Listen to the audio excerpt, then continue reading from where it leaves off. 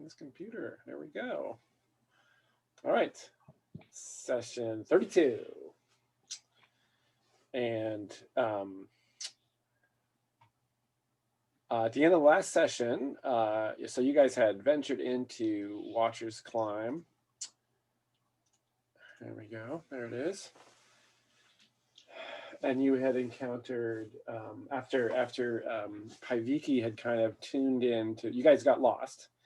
And then Paiviki tuned into the weave of the world and followed a strange current back to its source, which was in this crystal, like freezing crystal crevasse that runs up the southern slope of Mount Tarkailia.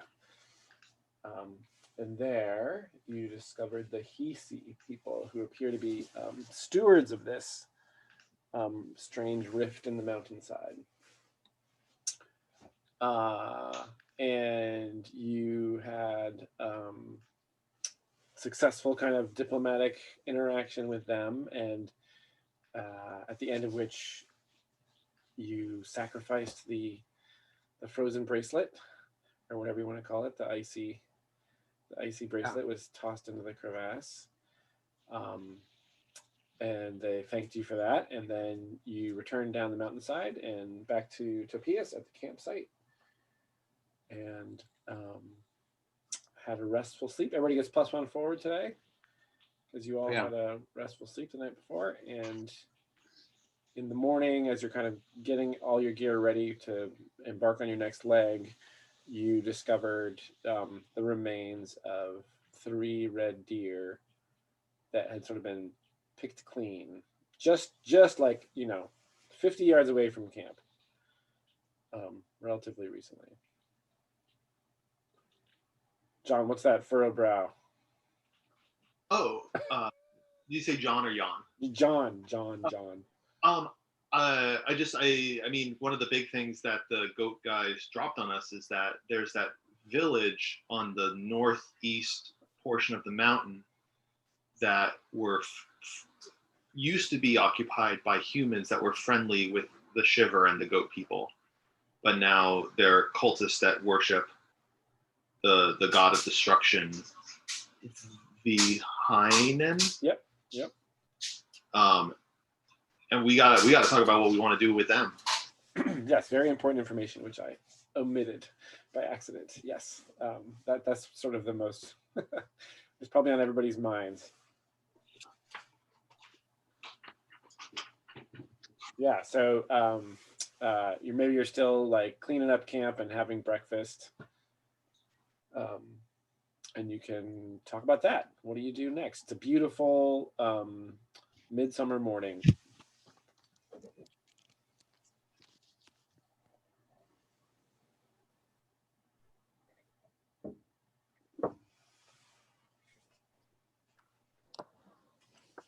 Just to clarify, we found out that those people we spoke to, they said that we could, visit their village, just not this particular area where the magic comes out of, right?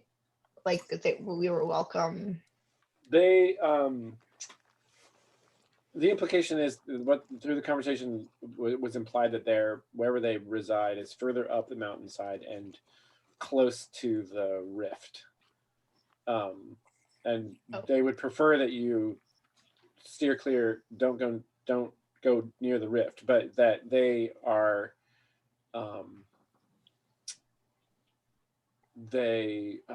what's a good way to describe it? I don't know if I'd say they're friends, because you guys haven't known them very long, but they're amenable to your existence. they just would prefer, as far as the rift itself goes, that their job is you gather that their job is to kind of protect it. So but they apparently do kind of range about the mountains above the tree line, this mountain at least. So if you should encounter them elsewhere, it seems like that they would have they feel positively towards you. And they wouldn't feel like angered that we haven't left immediately or anything. No, and now that you guys are down away from there, they're. You're not sure why they're so protective. I mean, you might have some ideas of your own, but it's unclear why getting close to this thing is bothersome to them. But as long as you're not doing that, they don't really, they don't mind your presence.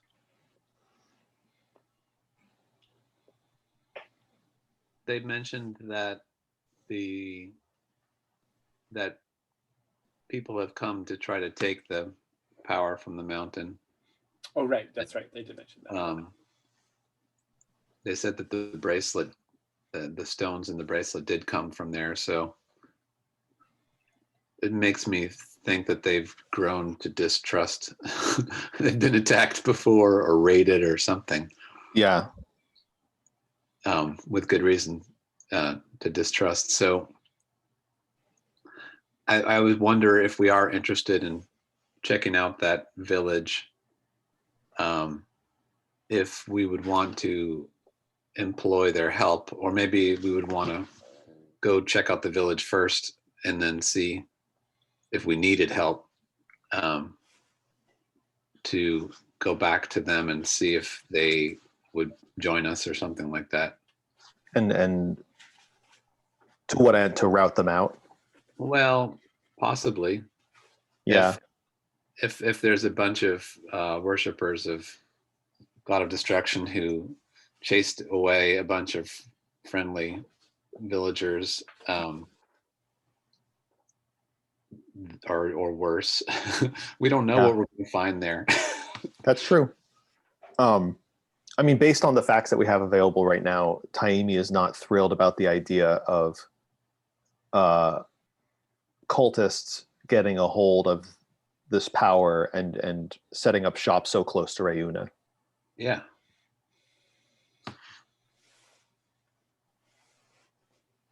But yeah, we obviously, the four of us can't do it by ourselves.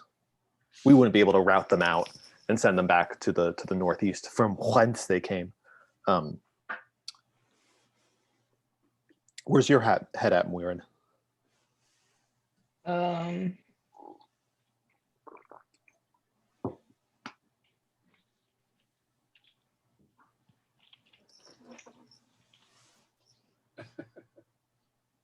guess I feel nervous about that, but I do want to pursue that lead. That's all. Nothing beyond. No helpful advice. What makes you nervous? Tapia says, "What makes you nervous, Muirin?"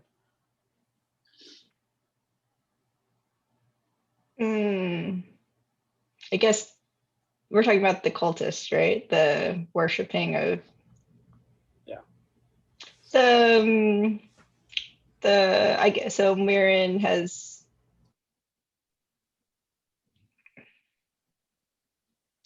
felt that the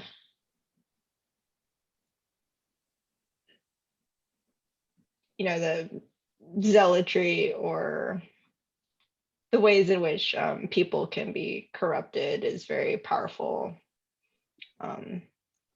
through what she's seen, and wonders what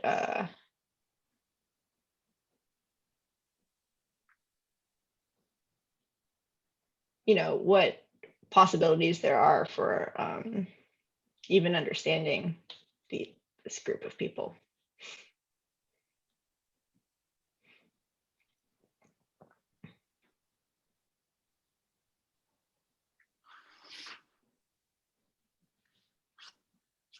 Sorry. Yeah. I was muted. Apologies. There you go. Tapias, he looks kind of mystified at Muirin. He understands what you're saying, but you're talking about stuff that he hasn't really ever thought about. So he's just kind of like, sort of standing there, kind of wondering.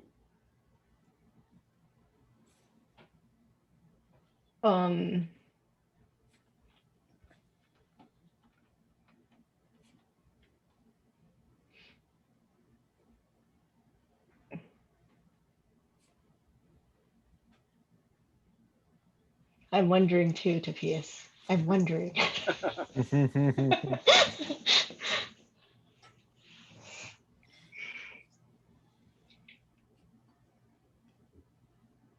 It seems a good strategy would either be just to go and scout it out and figure out what we're dealing with, or to, talk to the goat people and ask if any of them would join on a as guides or allies. They probably know the area a lot better than we do, and also, yeah, who these people are. Mhm. But I'm happy with either of those plans. I would vote for checking them out first. Because I think it would be, if we were to approach the goat people, I think we'd want to have all the facts Right. and not get them involved in something that we don't know entirely well. So yeah, doing some scouting would be Yeah, mine. Weirin agrees with that.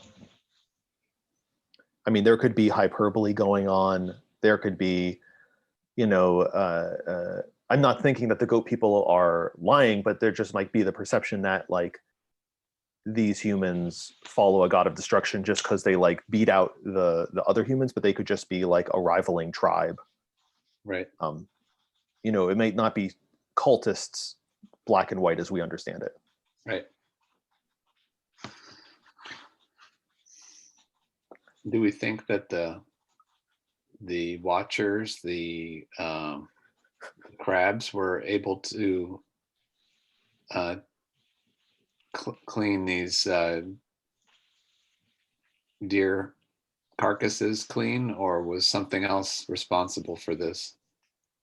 What sort of roll would I make to check out those bones, Jason?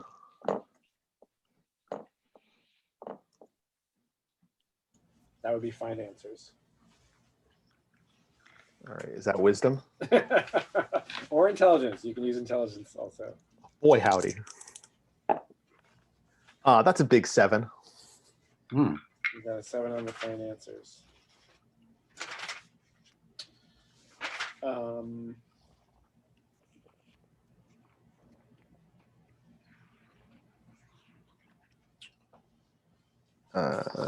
Yeah, so you're a trapper. You're used to seeing animals. It's very common for you to find the remains of animals in the wild for one reason or another. There's no, so I'll tell you right off the bat, you don't have any notion, nothing in your knowledge base sort of fits here. There's no gnaw marks. There's no bite marks. All the bones are pretty much intact. The tendons are still connected. So it's Okay. like if you had any, I guess the image that comes to mind is like the flesh just kind of like dissolved off of it somehow. Is like the only thing. In fact, the area around it, it is damp, but not. And there is you do find some kind of like residue that definitely has like blood in it.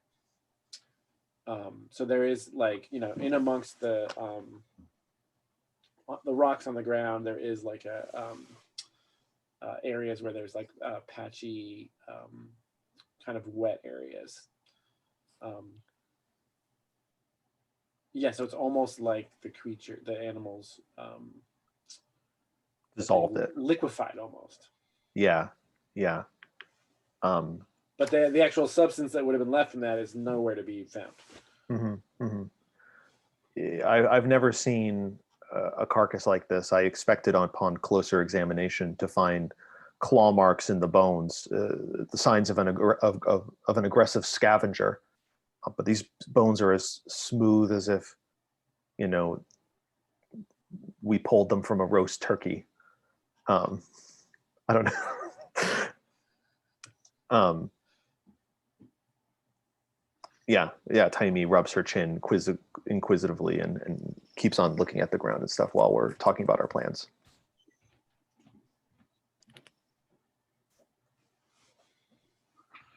better keep our eyes out. I don't think any crabs would do this. Um, Oh, one thing Taimi does. There's an extra detail that the kind of way in which the bones are arranged reminds Taimi of when deer bed down.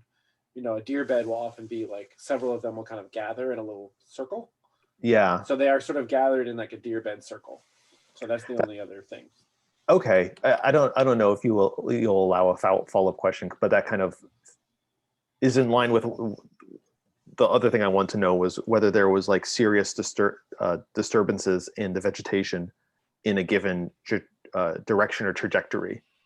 Like, does it look like they were running through the underbrush and then this is where they ended up? Or is the underbrush pretty much like not disturbed besides for what we do in the surrounding area? I mean, you're a trapper, so you could easily survey the area and you see like their actual prints. You know, there's enough kind of soft earth amongst the rocks for you to actually pick out some prints here and there that doesn't indicate that they were running. That Okay. they, as far as Taimi can tell, they bedded down here and never woke up. Okay. Woof. And in that examination, you do see an area. So, just sort of looking at it's like scrubby grass. There's low brush around here. Where they are, it's like kind of a rocky depression with moss, lots of lichen everywhere, all over the rocks everywhere. And then when you're kind of surveying the kind of the residue, you do think that the residue kind of like drags off towards the mountainside. Like if you picture like, let's say a damp sponge, let's pretend that's the residue remains of these deer, and as if the sponge was kind of like pushed toward the mountain. So like the area of dampness kind of like smears in the direction of the mountain. Sure. Like a good like 20 or 30 feet. Okay. Oh, wowzers. Okay. That that means that either the thing came from the mountain or went to the mountain. But any sort of chemical analysis is beyond Taimi's intelligence. All I will say to my two beautiful compatriots is that these deer were attacked in their sleep. And I think that we need to be extra careful and potentially maybe have two people on guard if we're sleeping in this region. This is where we slept last night. It's like yes, it's very close to your campsite. Yeah. You may recall that there was a roll before you. I think it was the pass the night roll. There was some roll where something was going to happen, Mm-hmm. and I think Topias might have been on watch. I can't remember now, but it happened essentially off screen. Yeah. And this is it. You're looking at it.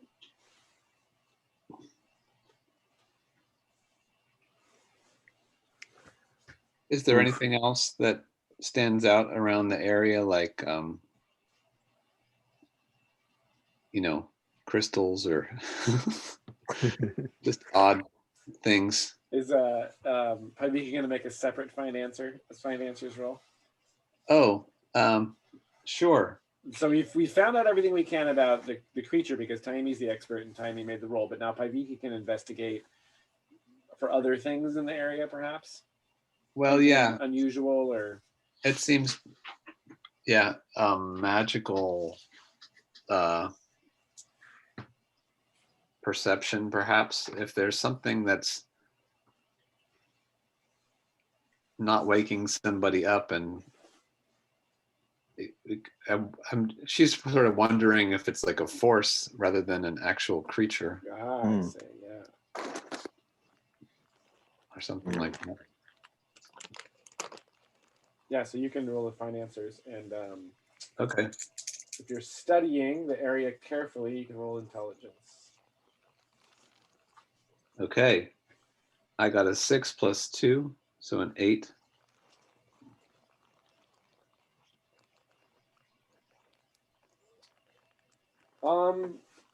When you tune into the weave, you see it drifting down as expected from the direction of the shiver, like over the cliffs and down this kind of steep slopes that you guys climbed up the day before. And you don't make out anything else unusual. Nothing kind of stands out as nothing seems to be disturbing the weave in this area. Okay. Well, what do you all say? Should we cautiously make our way over to the direction of the village and see what we can see? Is there anything else we want to do or any preparations?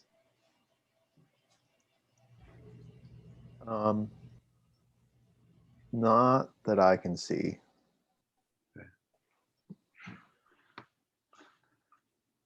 I guess the question too would be, would we would we leave Topias and Itzy here? No, not with the not with the signs of a strange creature. I don't think if they're eating deer, they're gonna gobble up Itzy. Yeah. Then we'd be left high and dry without a way to get back the treasure.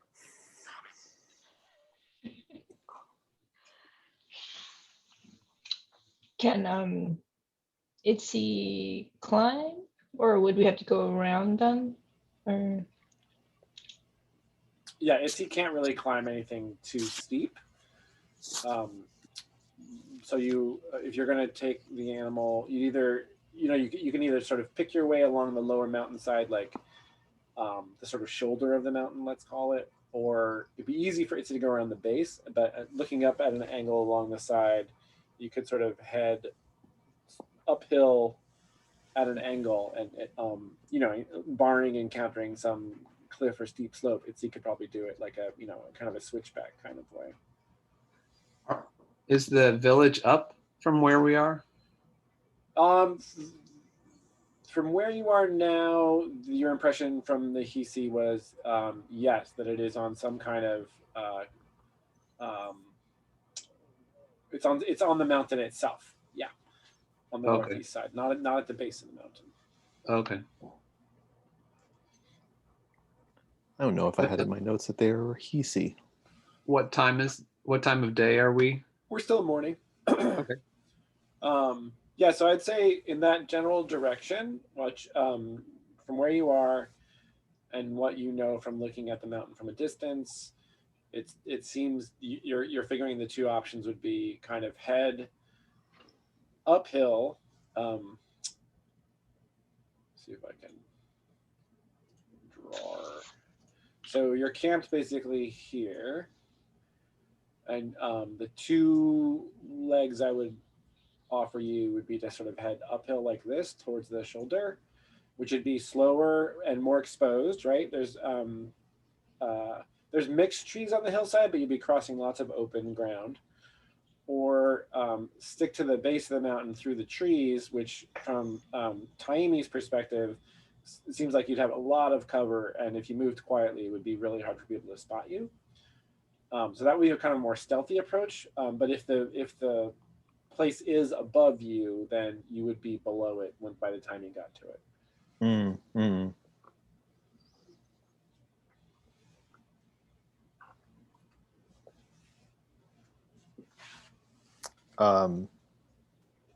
I guess my vote is to stay closer to the trees and the cover. Sounds good. Okay, so a stealthy approach through the forest. Great. With Mirren in the lead as usual. Yes. Mirren on point. Taimi second, and then Taiviki and Topias and Itzy. Mm-hmm. Okay. Donna, would you please roll? You guys are in Watcher's Climb is dangerous, so roll 2d6 plus 1.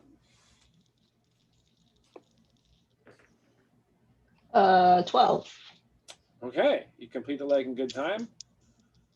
Excellent. Yay. Okay, wow. So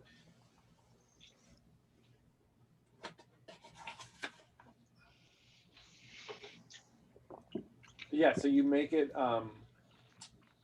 You make your way through the kind of mixed pine and spruce forest the ground here is, like I mentioned before, at the base of the mountain is there's stretches of rock, but lots of moss and lichen, and there's little tiny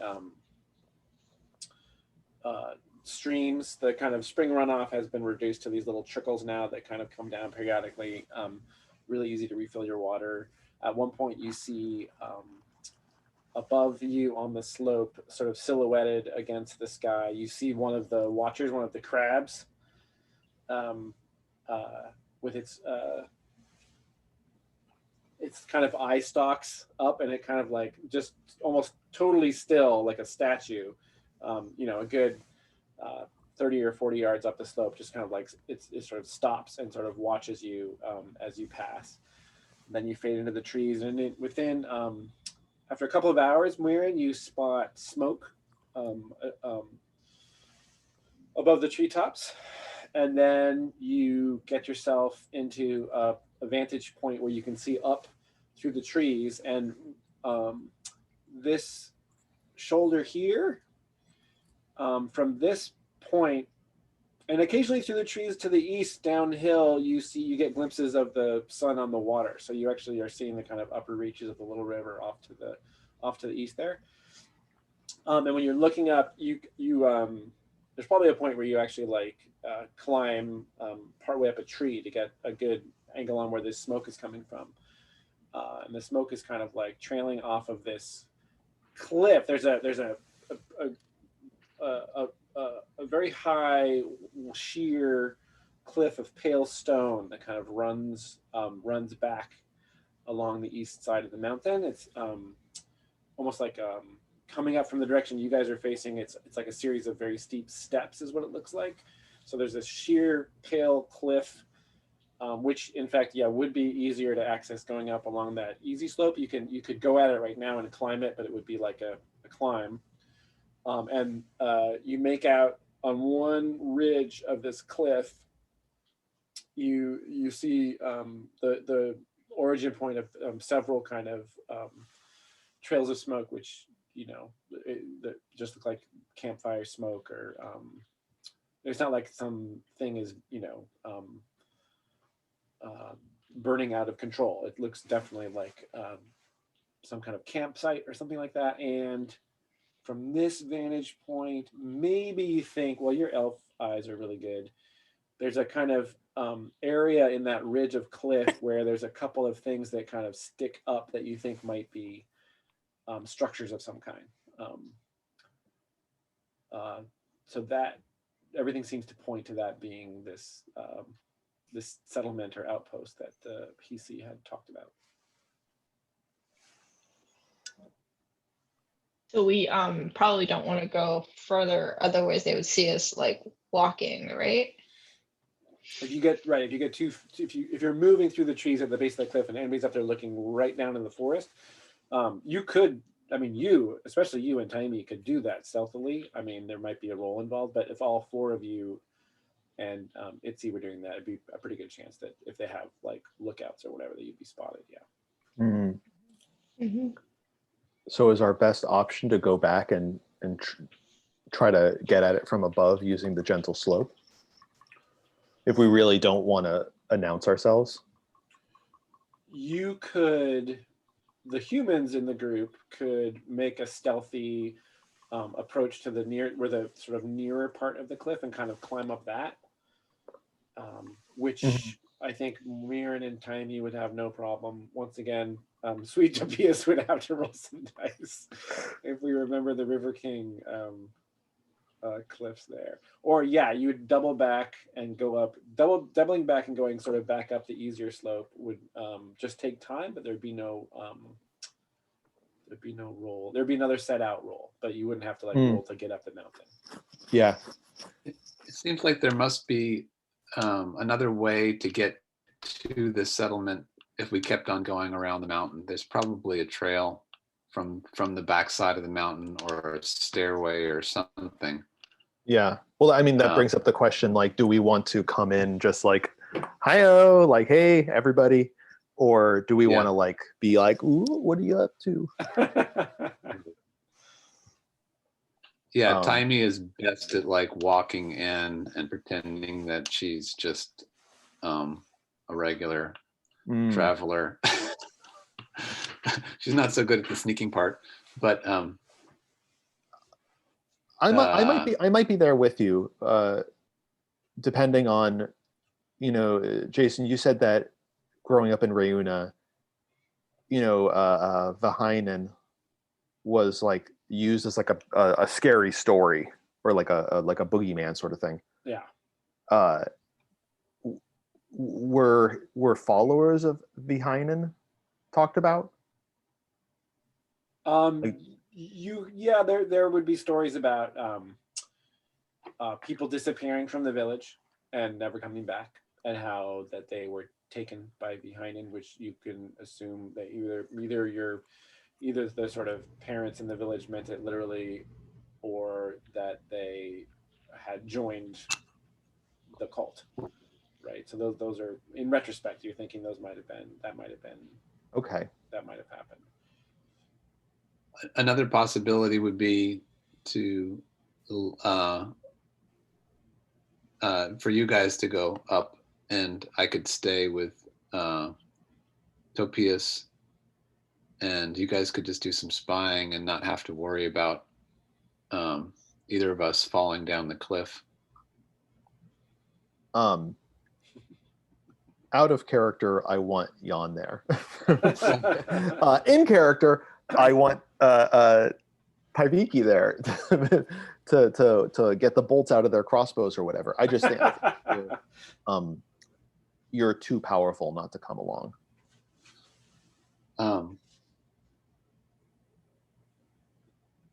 Especially if we have to talk our way out of something, strike a bargain with them. I don't know if that falls in our bailiwick. Donna or Marin, what's your sense of the best strategy at this situation? We got a bunch of options. Mirren was leaning towards doubling back and taking the gentle slope. Yeah. So right now it's like late morning, and doubling back and go up the slope, you estimate if you take, Itzy's going to slow you down on that slope. So you're going to figure that to get back to the top of that cliff that you guys are looking at right now, doubling back is going to take another, it'll be late afternoon, evening by the time you get there.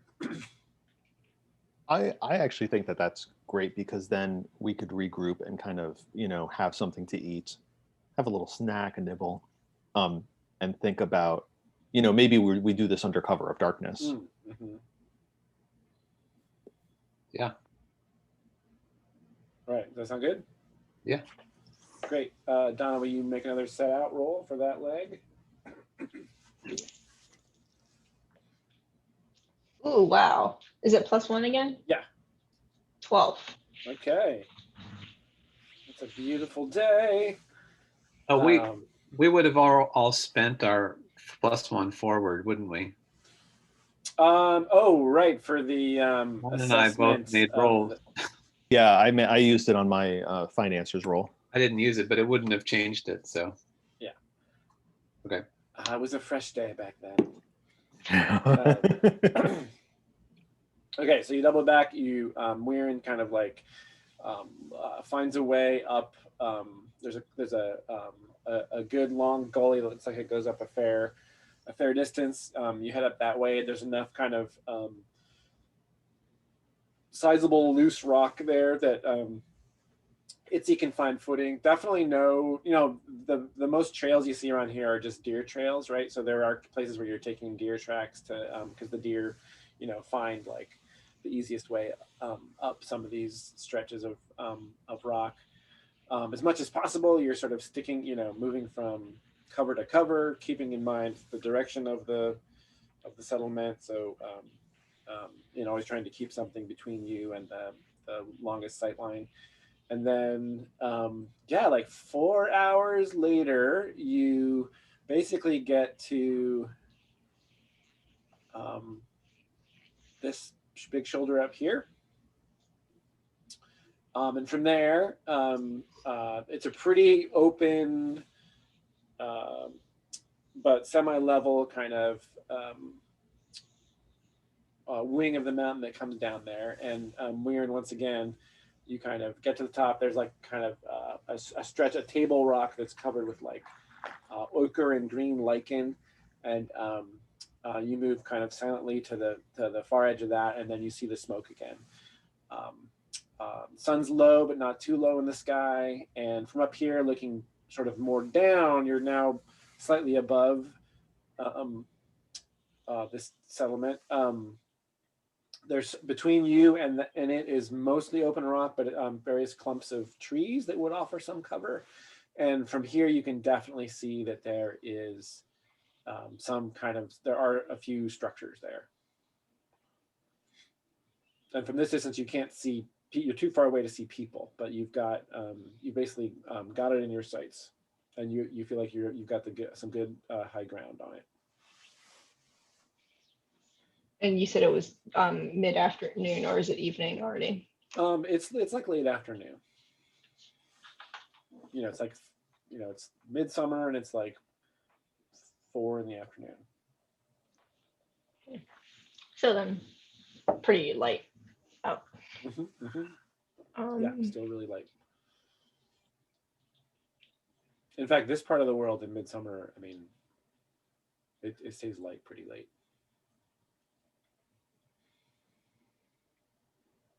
I mean, you probably got another 4 or 5 hours of light.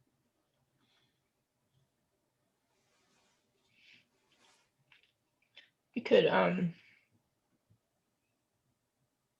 send a person to scout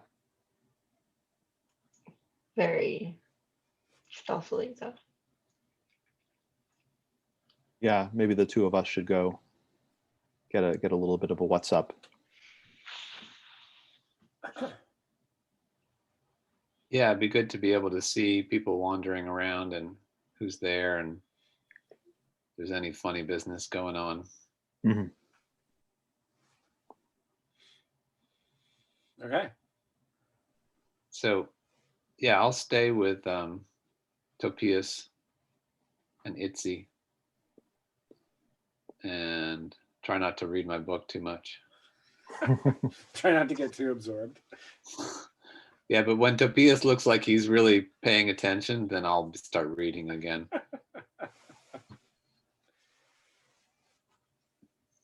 I think this is enough time for you get to make another roll for your project. Okay. Okay, so Miran and Taimi set off. You guys, I assume, have, I guess the key question is, Taimi, are you wearing your chainmail? I wanted to talk to you about that. Yeah. I've been looking at one of the moves that I've had, or I guess, advanced moves. Second skin. When you wear armor, you have +1 armor and ignore the armor's awkward tag. Mm-hmm. Chainmail's not awkward. Okay. Yeah, I didn't know whether chainmail was awkward or whether that was something that would allow me to negate the Well, we can certainly, so it's got padding underneath it. It's really when it's like metal on metal that would be noisy. You can move in it pretty quietly. There's more of a chance it'll snag on stuff. If you have to move quickly, it'll make noise. That's the drawback to it. I'm gonna take it off. I'm gonna take it off. All right. Travel light. All right. So you guys head off down the mountainside, and Paiviki can make another project roll.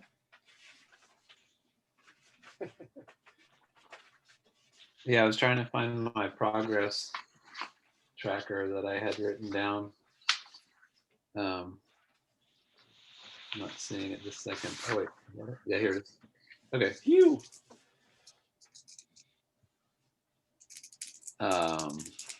So what am I rolling again? Plus You're something? rolling intelligence. Okay. All right. I got 11. You get to mark 3 progress. Okay. So I had you had me write down 5 progress, and I filled in 3 of them, so I'm filling in 2 more. So that would complete one of the 5. I guess that was for 1 spell. Yeah.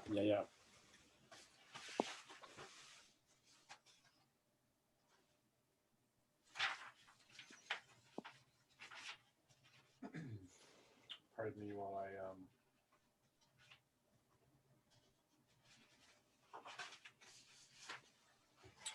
locate that spell. Oh boy, new spell. What? I'm very distracted.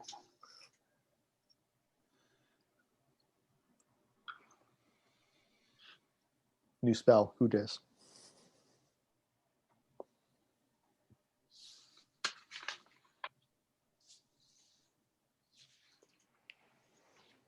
Man, I'm just not. I just have to accept the fact that I'm just not a very organized person. Yeah, don't be frustrated. There's so many like printouts and documents lying around. But are you inventing a spell right now? No. Is that- It's Oh. that's the thing is if I was, that'd be easy. I'd just roll it up. But these are spells that had already been predetermined, and I have to Months ago. stick to that prep. Yeah, like this is from the first adventure, right? Wow. This is from the book from the Cave of the Beast. So Yeah. all right, I got that. And how many weeks did you spend learning this spell, Pivik? Well, I remember I was studying it back in the village, and I was reading some there.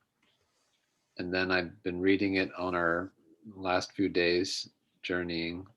So the answer is I don't know. All right. So you already know Parista's Lock of Mud, right? Yes, You which already I'm know that excited to try. And this one that you're currently researching, had we talked at all about any aspect of it? You remember? No. Okay. I mean, there were 2 others in the book that had the word demon in them. Yeah. I But guess that's the question. Were you researching one of those or not? I was looking for the other one, if there's another one. There are 2 others. You said there were 4 to 5 spells. Yeah. Why don't you roll? Yeah, okay. Well, I will allow you. So in your kind of perusing of it and you're kind of piecing together of the wizard tongue, the key words that popped out from these 2 other ones that weren't related to demons, one of the words was the wizard tongue word for greed or avarice, and the other one was the word for hate. So which one of those would you have? Greed, avarice, or hate. Yeah. Wow. Okay, I'll take avarice. Okay. So apparently this spell was transcribed from another wizard's, sorcerer's book of some kind, and it's in a different handwriting. So perhaps that wizard wrote it in the bad, whatever you guys called that guy that you who dwelled in the cave. Anyway, the name of this spell is Barbabelia's Befuddling Avarice. Barbabelia. Belia's befuddling. Yeah. Oh, I like this. I could do stuff with this. All right. Yeah, so you've kind of figured that out, and Tobias is like very curious about what you're. Maybe there's like an aha moment, and Tobias is like, "Well, did you finally figure something out?" Yeah. And Piviki is kind of stunned just thinking about it, because so far she had only really been contemplating elemental, and in recent times like the physical human body, like the kind of thing. But to understand and to realize that there's magic that dwells inside of different emotions, and her, there's like Right, that's a whole nother there's new energies that are forming, and she looks over at Topias and she realizes that like the things that he's feeling have its own language and signatures to it. So she's kind of like looking at him like, oh my God. And then she's starting to like sense her own and like pay attention to her own like emotional language or whatever that. Right, like she's knit bone and muscle together. Right, she's done all these things that are very much about physics or the elements, and now it's a whole nother realm. And I think she just kind of fishes, her eyes get really big and she just stares off into space, and Topias just like can't get anything. Awesome, great. Okay, cut to our scouts. How would you guys describe your sort of general approach here? Is it going to be sort of flanking? Or are you going to kind of like sneak? Just give me a kind of. I was going to opt for flanking to get 2 different vantage points on this place. So maybe come in with a classic crab claw maneuver. So split up and have one of you kind of so from this perspective, it would be sort of since to the right, to the east is sort of downslope and steep in that cliff. Somebody may be sort of cautiously approaching that direction, and the other person going around along the higher slope up above and getting that perspective. Or would you go all the way up above, so it would be due east of you and spread out from that point? Yeah, I guess I was thinking more of like 2 points like this, like one coming from the south and then one coming from the west. Okay. Not a full like 180, true flanking maneuver. Okay. Does that sound okay to you, Weirin? Mm-hmm. Yep. So if the thing is here, one of you would sort of come that way, and the other one would just go up and down a little bit without going all the way around the back. Okay, great. And we're moving towards like the structures that are on the cliff in a very stealthy way. Is that? Trying to get trying to figure out what's going on there. So who's going to go which way? The hillside is more open and there's not a whole lot of trees. The lower approach is has a fair amount of cover. So who's going to go which way? I have like a stealth like move, but I don't know if you. Sorry, let me grab it.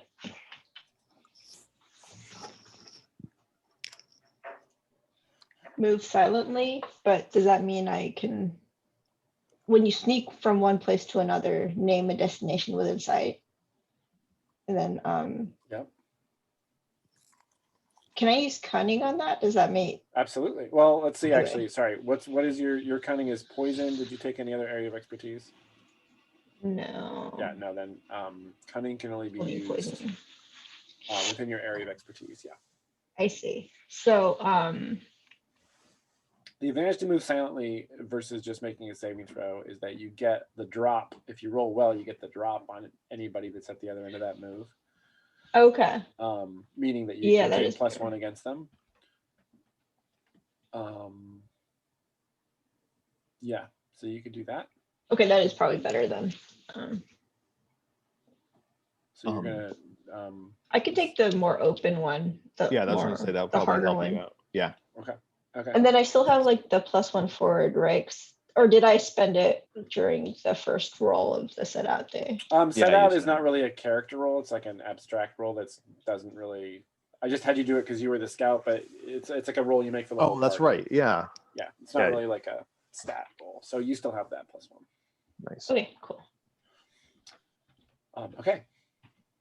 And Taimi heads down the hill. Taimi, I would like you to make a describe how you're approaching.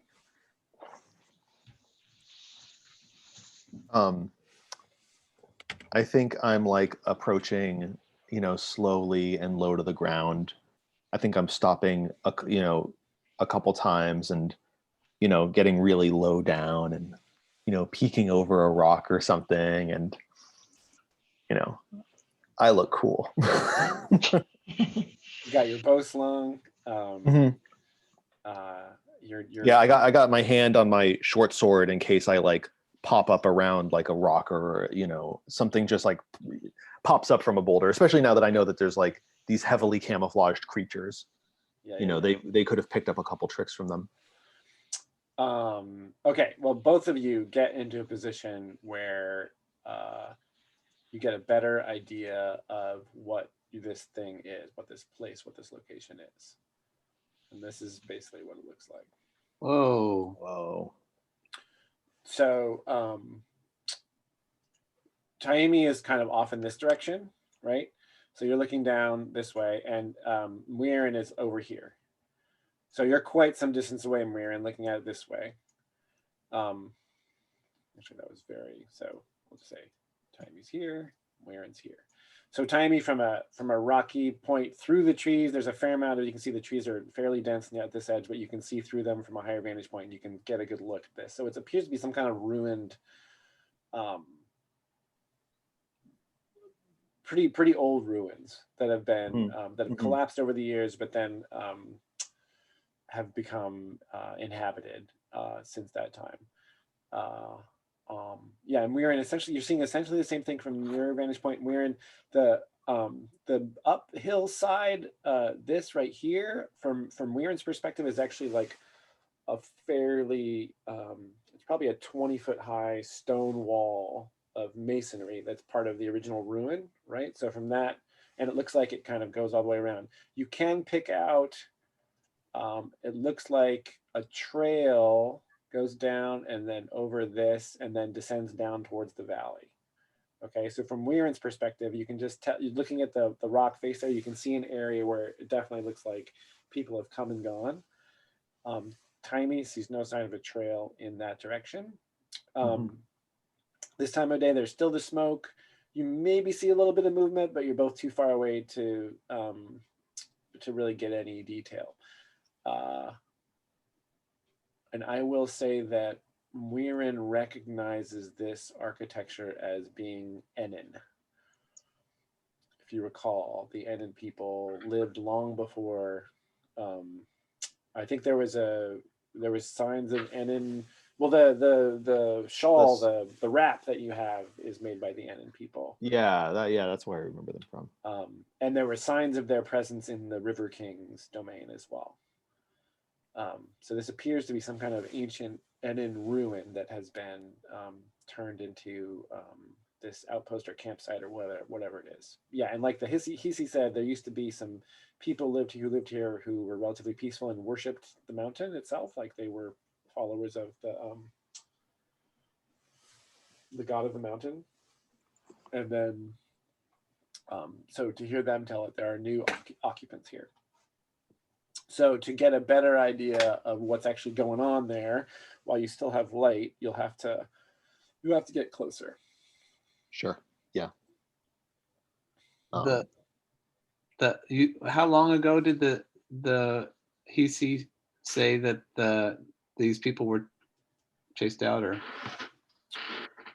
attacked? They didn't specify, but you got the impression. I mean, who knows how they think of the passage of time? It seemed like it was recent. Yeah. These people have not been here. The new occupants have not been here long.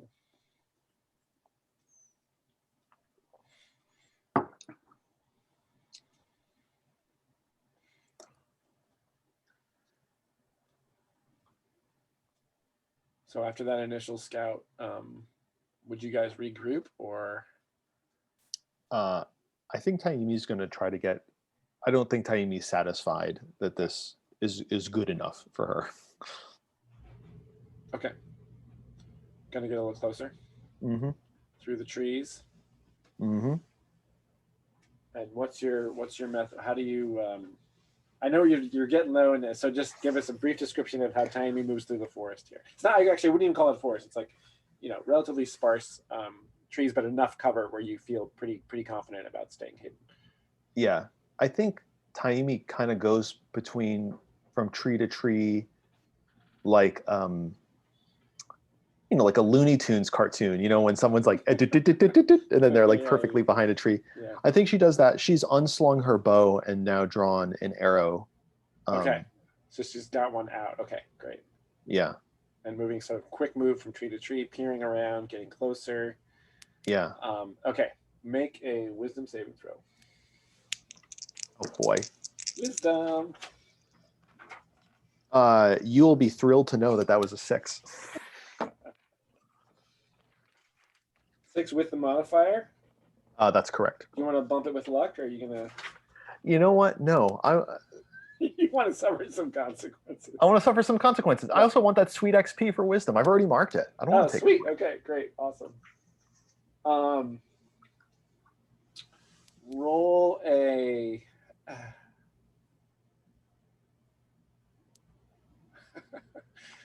Roll a. Let me think for a second. Are you wearing You're wearing leather armor, right? No, if I don't wear my right, you don't chainmail. have your chainmail. Okay, roll a d6. 2. Okay. So you peer out from behind a tree. At this point, you're like 100 yards from this kind of near slope that heads up that wall, and you can actually make out a couple of people right at the top of that slope. So you got your attention on them, and you move towards the next tree, and there's that tink, and there's a second where you look down and you realize you just instantly know you just hit a tripwire. Yeah. And there's like, and you go to like move out of the way, and this a very thick green branch had been held in a tense position, released by the tripwire, and the end of the green branch is like a triangle matrix of sticks with sharpened wooden spikes sticking out of it. And as soon as you trip the tripwire, you realize what it is. You make the move to get out of the way, and it clips your the spikes go into your right shoulder. I'm going to say, yeah, and then you kind of recoil from that, but they puncture your right shoulder, so you take those 2 points of damage. Got it. And then sort of drop back to the ground. I'm going to say, Taimi's a tough enough person to like not let out a cry.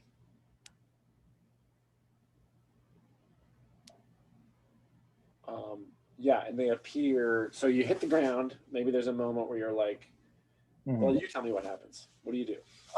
Yeah, I immediately, once I trip it, I just like, you're such an idiot, Taimi. You never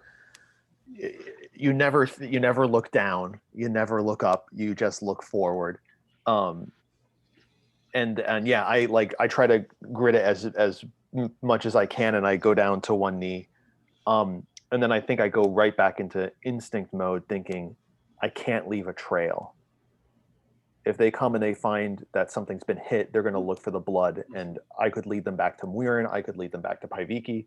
And so I have 3 uses of herbs and poultices. Would that stop bleeding? Yeah, you'll have to it takes a little time though, so you'll have to take cover and hunker down behind, in a sheltered place in order to do that. Yeah, not like a ton of time, but it means you have to take a moment and sort of do that. Yeah, I'm gonna do that. You're gonna do it. Okay, cool. Yeah, because I don't want to leave a trail. So you retreat and take cover now. So you kind of there's like a little bit of deadfall, and behind that there's a little bit of a rocky ledge. So you jump over that, and there's you kind of in amongst some bushes, and you take a better look. So at this point, I think there's still plenty of light, and it looks like there's some sticky black stuff on the puncture wounds.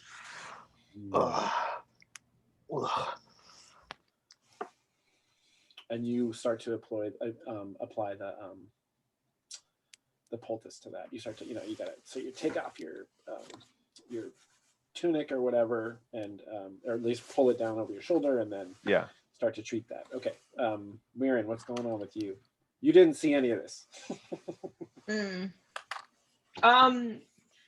Weirin wanted to get to a point where she could see who's like living there, like if there's people walking around. Okay. That was like her curiosity point, I guess. And so, given that you're sort of facing this, you want to just sort of like come straight The down the wall. hillside from kind of safe spot to safe spot until you're close enough to get a closer look up at people. Yeah, but does that mean I have to end up climbing that 20-foot wall? If you want a really good look, you'll have to climb up, but from you'll at least be able to understand what's happening in this area here. You'll be able to see what's going on there from not too far away. If you want to get a better idea what else is going on, you will have to find a way in there. I mean, I will yes, see if I can scout anything in that edge then. Yeah. Why don't you when you sneak from one place to another? Yeah, so why don't you move silently for this? Because this is across kind of open terrain. Mm-hmm. Okay. And that is a dexterity roll. Plus okay. Plus only, 2 plus 1. Yeah, so what is that total? Plus 3? Yeah. Great. And I will also have my bow in hand, just in case. What? Okay. 4 plus 3. 7. Okay. Choose one from list below. They notice you before you get there, but you have the upper hand and take +1 forward. You have to stop when you're only part way there, or else they will notice you. They notice you as soon as you reach your goal, and you take -1 forward. So the only way to not be noticed is to choose the second option there. Yeah. I think I want to stop halfway. Okay. So because Weirin has a sense something's not as easy as it appeared. Yeah, so it turns out that this approach is there's that area where the trail goes across. That's just like open rock without any real place to hide. So you get to the edge of that, and then when you look up, you see that there is there's one person standing right on the edge of that wall at the top, and they're just basically looking right in that direction. So there's no way. Good. So I see. Yeah, so you basically stop, and you can't really approach from that direction without, as long as that person's standing there, you can't approach from that direction without being seen. Until perhaps it gets. Are they armored? Can I see how they're dressed or anything? Or from this distance, you're going to guess by the way that they move that they're not wearing armor. Okay. You can't make out any details, but they're sort of moving easily about and do not not holding a spear. From what if they have arms, it's something small that you can't see from a distance. So no spear or shield. Looks just like a person standing up there. Interesting. Okay, so cut back to Taimi. Herbs and poultices heals 1d4. Yep, go ahead. I already did it. You already did it. What'd you get? 3. Okay, great. Yeah, so you've patched up, but you are concerned about this the black stuff. Ooh. I guess you could try to. You could make a roll to get rid of that if you wanted to, like. Do you know what I mean? It was a minor injury, so that stuff may not have gotten too deep. So you could make a roll to try to like do a little field medicine on yourself. Yeah. Are you saying that the spikes were like covered in this stuff? Yeah. Okay. Well, then I would definitely be more. If it was just something on these trees in this region, then I might think it was like a natural sap or something. But this looks intentional to get into a wound. So yeah, I would like to try to make a roll to get rid of that. Yeah. So you'll keep that healing. You'll definitely heal the hit point damage, but we'll see if you can actually. take care of yourself a little better there. So let's make a saving throw with. Let's say intelligence or wisdom. You get to make that call, actually. What is Taimi's intelligence? It's 9. Okay, yeah. I had a big campaign of personal growth to raise it from a 7 to a 9. Wow, that is big. Well, every session I get to tick a box, and Right. For just dozens of sessions, I was ticking that box. Anyway. Okay, it doesn't matter because that's a 4. So you get to mark whichever ability you used. Intelligence. And the judge makes a move.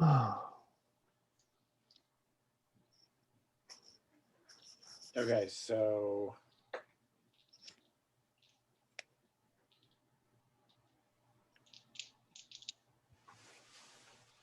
roll 1d6. 4. Okay, will you roll another d6? 4. Okay. So you hear voices. So you're there, you're like up, you got your back against this ledge, you got some bushes on either side of you, and in front of you, facing away from the outpost, is a kind of rocky descent with scattered trees. Mm-hmm. And you've kind of like done your best to like patch yourself up. And you got your tunic has got these puncture holes in it, but you kind of pulled that back up, and you're just kind of like, maybe you're taking a swig of water or whatever, and you're sitting there and you hear voices from below down the slope, and you sort of peek forward just a little bit to see what there is, and you see 5 people and moving in kind of a rough single file up the slope in your direction. They appear to be a hunting party. They have killed and dressed. It looks like, well, you can tell instantly it's one of them is carrying a set of antlers, and several of the other ones have a pole with meat hanging on it. So they've killed and dressed a deer somewhere down below. It is, there's the kind of like, it's still pretty light out. From as they're coming up towards you, their shadows are kind of cast long against the mountainside. It looks from the way that they're moving that they're going to move from your perspective to your right, but only it looks like the way that they're coming up, they're gonna come within like 10 feet of your location. There is a chance that they'll see you once they get to a certain point. And the other thing about them is that they just don't look like they don't look very healthy. Their hair is matted, they're dirty and grimy, and some of them are very sullen looking, and they have strange marks on them. Okay. This is all you take this glimpse, you sort of record the information, and you get back, and then you're sort of thinking about what you just saw. Yeah. Gosh, if they're going to come in within 10 feet of me, they're going to see that the trap was tripped. Or the likelihood that they're going to see the trap is tripped is pretty big. And that means that they're going to come even closer to me than the 10 feet. So just so that we both understand the situation, you're a good distance away from that trap, but you're absolutely right that since they're headed back to the outpost, obviously they're going to go right by that spot where the trap was. So they will definitely notice that it was tripped. Yeah. I am going to move in the opposite direction of them. I'm gonna start retreating. Okay, so the opposite direction of them is actually the cliff face. So you'd have to climb down. Let me see if I can draw. Say, let's pretend. Here's you. Here's the kind of ledge that you're hiding behind. Here's some bushes. Here's kind of a sort of rocky slope down. Here is the cliff. This cliff here is what I'm talking about. So this cliff kind of is sheer like this. Here's the trees, and the trap is like over here. So they're coming up this way. Oh, so you're talking like here, like this area. Similar. Yeah, you're sort of way over this way more. Okay. You're Okay. off the map to the lower left, but yes, it's a similar exact. But it's a continuation of that cliff. Exactly. Yeah. Okay. So as they walk by, when they get here, they'll be higher than you, and they'll be able to see this little ledge. Yeah. Now this is climbable. There, you peer over there, and it is climbable, but that is the God. thing. It is. Oh my God. You know what? Let's do it. Let's do it. I mean, I want them to just pass and not find me. I either move in their direction to try to get back to Paiviki or Muirin, or I move closer to the village. I'm doing it. Which thing? I'm gonna climb down the cliff here and see if there's like some sort of rooster ledge or whatever. Okay. All right. Yeah, what I ideally want is just like a big comical like eagle's nest. So you're sort of looking. You're gonna. That's very comical. Success. Great. So yeah, you're gonna make a dex roll to climb down to the next. But you've got +3 dex. So yeah, your shoulder is hurting, but not so much that you can. I mean, you got enough adrenaline to. Okay, there we go. I got a 9 + 3 is 12. Okay. Great. Yeah. So you give a look, just to make sure that there's you get some sense of what's below you. You grab onto there's like a good solid tree root right there. You go over the edge, find a handhold, and are you just sort of dropping out of sight, or are you looking for like a safer purchase down below? I mean, I would love to not just be using my hands. Okay, so like, okay, yeah. Once I don't necessarily know if I need like the big comical like eagle ledge. Yeah. I just need something where I'm like my weight is on my feet, not just from my hands. Yep, got it. Yeah, you drop down to the point where you find like a little kind of a little nook in the rock, like a wedge-shaped nook that's just about you can sort of step in there when you sit down. Your whole body, it's probably about 2 feet deep, so you can just sort of easily kind of rest in there. And you hear their voices as they. Terrifying. Are they speaking a language I can understand? They're speaking the common tongue. Yeah. Okay. There's not a whole lot of words. It's like, you hear, when's the next one? When's the next one though? And somebody else says, he'll do it when he does it. That's all you catch. Got it. All right, Muirin, back to you.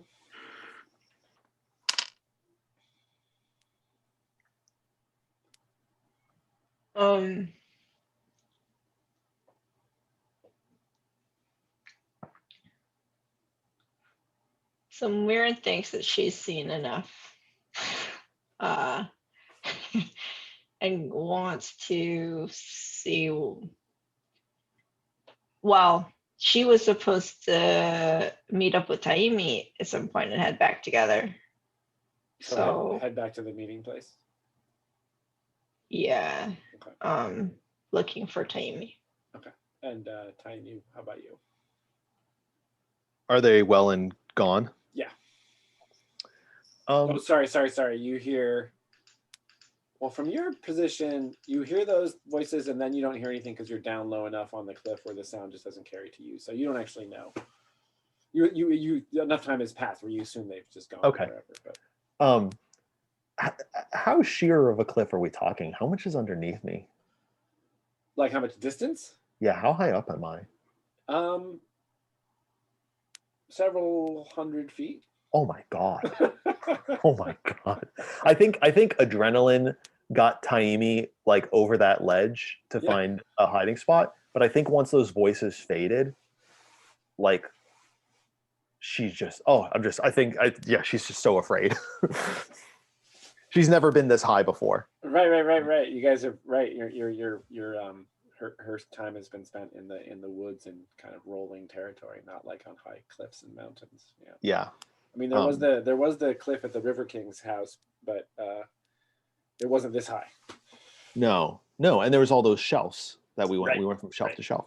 Actually, when you look down, you're looking into that very heavily wooded valley, and from this perspective, you can totally see the heads of the little river, like making its way back south. I pull myself over the ledge, back to my initial hiding spot while I was tending my wound. Okay. At that point, you do hear commotion and noises coming from the direction of the outpost. Okay. Some distance off, but you hear voices. Okay. I am going to cash in my chips and head towards the meeting spot. Okay. Yeah, you don't have to make a roll to do that. Mirren's already there. It's getting close to dusk now, so it's like pretty late in the evening. And when Timey shows up, you see, Timey moves just fine, but you see once she gets close enough that there's this puncture wound and a little bit of blood on the tunic there.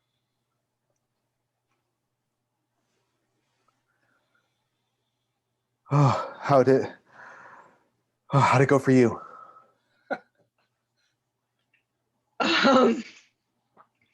Uneventful, unfortunately. There's definitely someone standing guard. But you, so you look. I made a stupid mistake. That's all. It's just a mistake. I got caught in a trap. We got to be careful when we go through these woods. I think that they might have. Who knows how many of these traps they have. They didn't get me that good though. But I had to take a second to tend my wounds so that I wouldn't leave a trail of blood like some sort of frightened animal. I almost got caught by a hunting party, but I managed to get out of sight. There was 5 of them. They seemed sick. It might be just the complexion of the people that dwell in these lands, but they seemed unwell, but had the strength to carry the large carcasses that they had hunted. Wow. So you got close to them. Yeah. A couple dozen feet, perhaps. When they passed at the closest point, I was hiding over the edge. It's a long way down.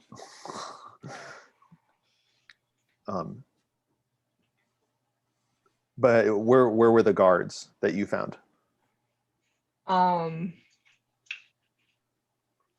Along the edge of that the tall wall, and I wasn't able to get much closer, otherwise they would have for sure seen me moving. But yeah, did they look human? Did they seem By my eyes they seemed human, and they spoke in the common tongue. just sick? Well, yeah, I'm so glad that you came out of that with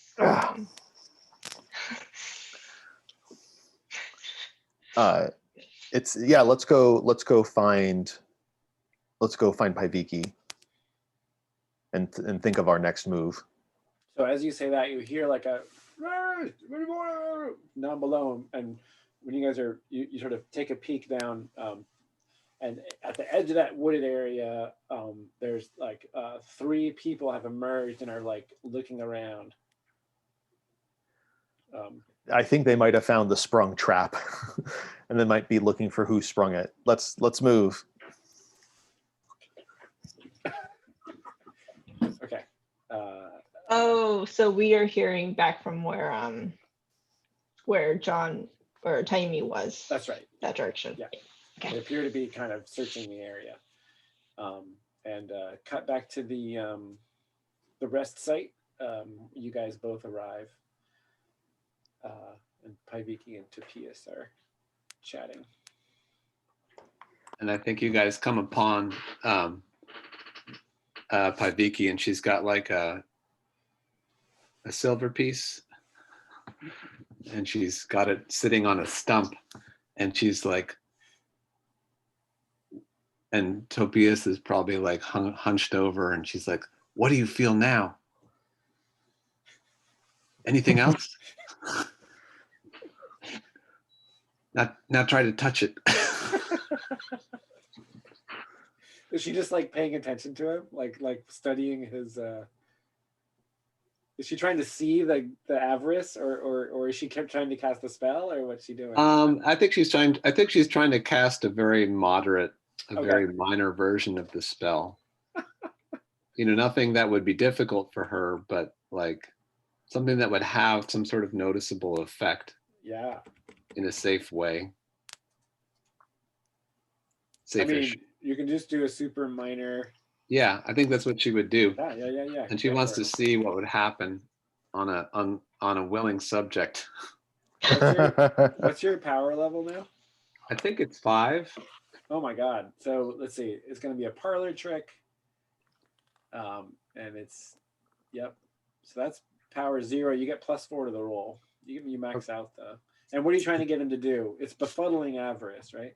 A befuddling avarice. I just want to, see what happens if some object that seems valuable, if it would just have like a momentary effect on him and what that effect would be. Okay.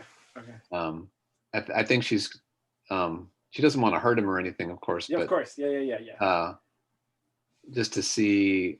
Okay, maybe so you're not trying to get a specific effect. You're kind of like playing around with the possibilities of the spell.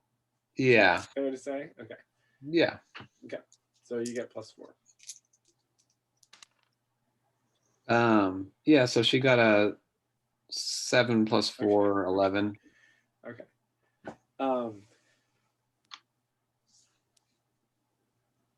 He sort of looks at you, and now how are you casting the spell? How are you using your knowledge of the spell in this experimental way? How are you applying it to him? I think she's sort of searching through what she's coming to understand of the sort of the threads or the energies that motivate our minds, and these sort of inherent links or connections that people have to things that they want, even if it's not something they actually want. So she's using the coin as a like a physical manifestation, and seeing if she can like make him want it. Yeah, great. Yeah, because Topias definitely, he's like, what? He's like, Paiviki, what do you? I don't care for silver. The coin means nothing to me. And then you kind of exert that wish upon him, and then he just suddenly snatches it from the table, and then he like looks at it in his hand. I don't understand, and he throws it down. And that's when Mirren and Taimi arrive back.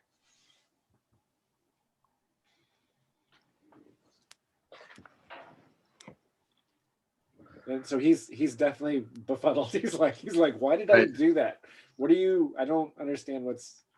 He's not mad. He's just like, how? I wanted it. You guys come back from your expedition, and Paiviki's like characteristically excited, and she's like, look, I've done it. Look at this. And then what have you done? Is Topias okay? Yeah. She kind of holds up the coin, but when she does that, she sees what your bandage on or I guess the blood on your arm, shoulder. Yeah. And she kind of stops, and she said, "What happened?" I made a stupid mistake and got caught in a trap, like some sort of, dumb lichen licker. Neither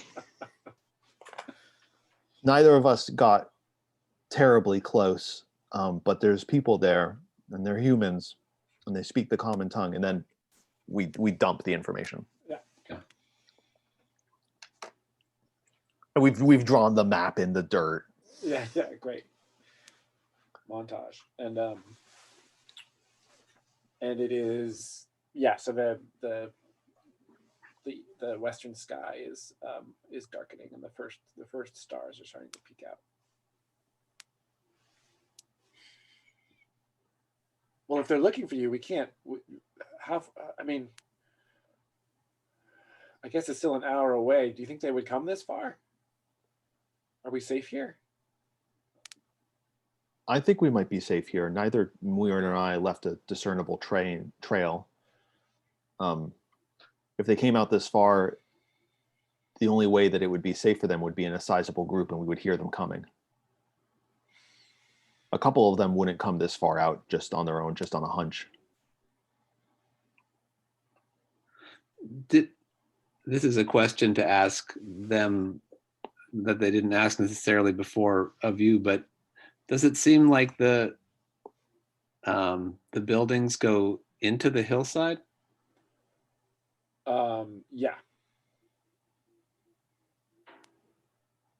The impression that Tiny and Warren got was that the buildings are obviously collapsed a fair amount since their original state, and that combined with plant growth and accumulated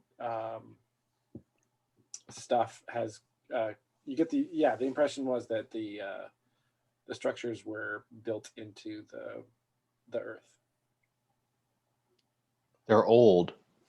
Yeah, they're really old. Very old. And if it is an inn in ruin like the one that we saw at the River King, then they may have chambers under the ground. You know, the small hunting party I saw was 5 people. You know, with the guards that Weirin saw, and whoever knows how many more are in there. You know, it's a considerable force. What's our next play? What do you two think? And Topias. Do we just go in and talk to them? See what they're about?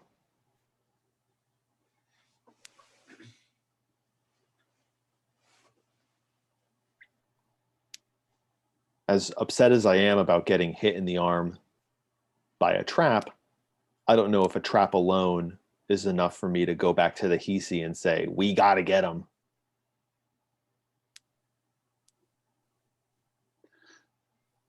I think we can assume that they are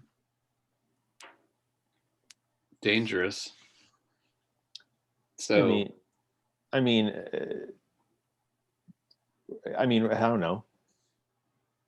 I don't know if traps. I don't know. I don't know if I agree with that.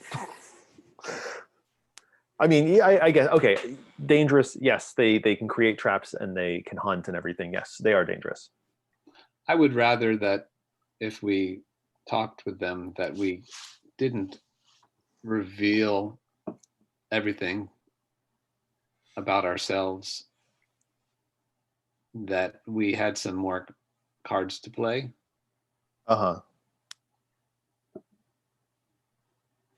So they didn't know how many of us there were, or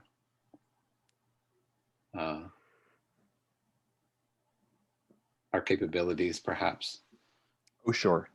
I always prefer to trick them if we can. Yeah. And if they turn out to be trustworthy and good-natured, then we can always let them know more. Yeah.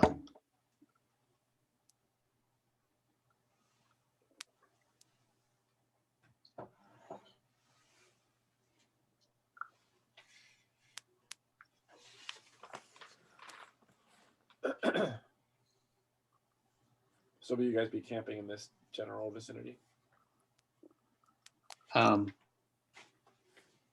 We could go again at night, and Mirren would have an advantage over any of us, probably over them as well.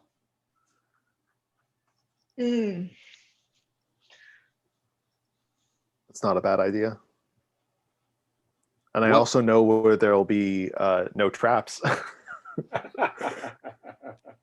And Set you off. heard them talking about something, right? And it sounded dangerous or weird, No, or did it sound no, normal? Okay. it was pretty normal. Yeah, Taimi tracked it as pretty normal conversation. He'll do it when he'll do it when he does it. When's the next one? You know, that could be anything. It could be when, you know, Sugoth is making his soup. Everybody Could loves be. Sugoth soup. Yeah, he'll and that's great that everybody likes it, but he'll be ready when he's ready. He'll make it when he'll do it when he does. Soup sounds pretty dangerous to me. Another thing we could do, but it might be dark, is knowing that these are ruins, there could be other, and do you think there could be other entry points into this village that are like hidden or like under different rocks and stuff? Like there were a bunch of walls, so I mean, could we maybe look to see if there's like a sneaky way into that area? Like search the area outside to see if there's some hidden access. Is that what you're proposing? Yeah, just because everything is collapsed into the cliff, right? And so Yep. I mean, Yeah. knowing what you know about these kinds of places, it certainly seems like a possibility that there might be some kind of external access that is not obvious. right, and we did find that original NN thing in that one. It was underground, right? Yes, it was where we the found the tomb, shawl. right? You guys sort of stumbled into that tomb. In fact, I think Taimi Yeah, ran it was a into tomb. that trap. Yeah, the thing that's different. So just to recap, what that was like was that you guys were in a series of natural caves Yeah. where those creatures were, and then you ended up falling into this tomb, which had a way out of it that you never, it was a sealed exit that you never explored. So it looked like the natural caves somehow had intersected with that tomb accidentally, right? Like through some kind of maybe a seismic event or something like that. Yep. Yeah, just to make sure everybody's remembering that right.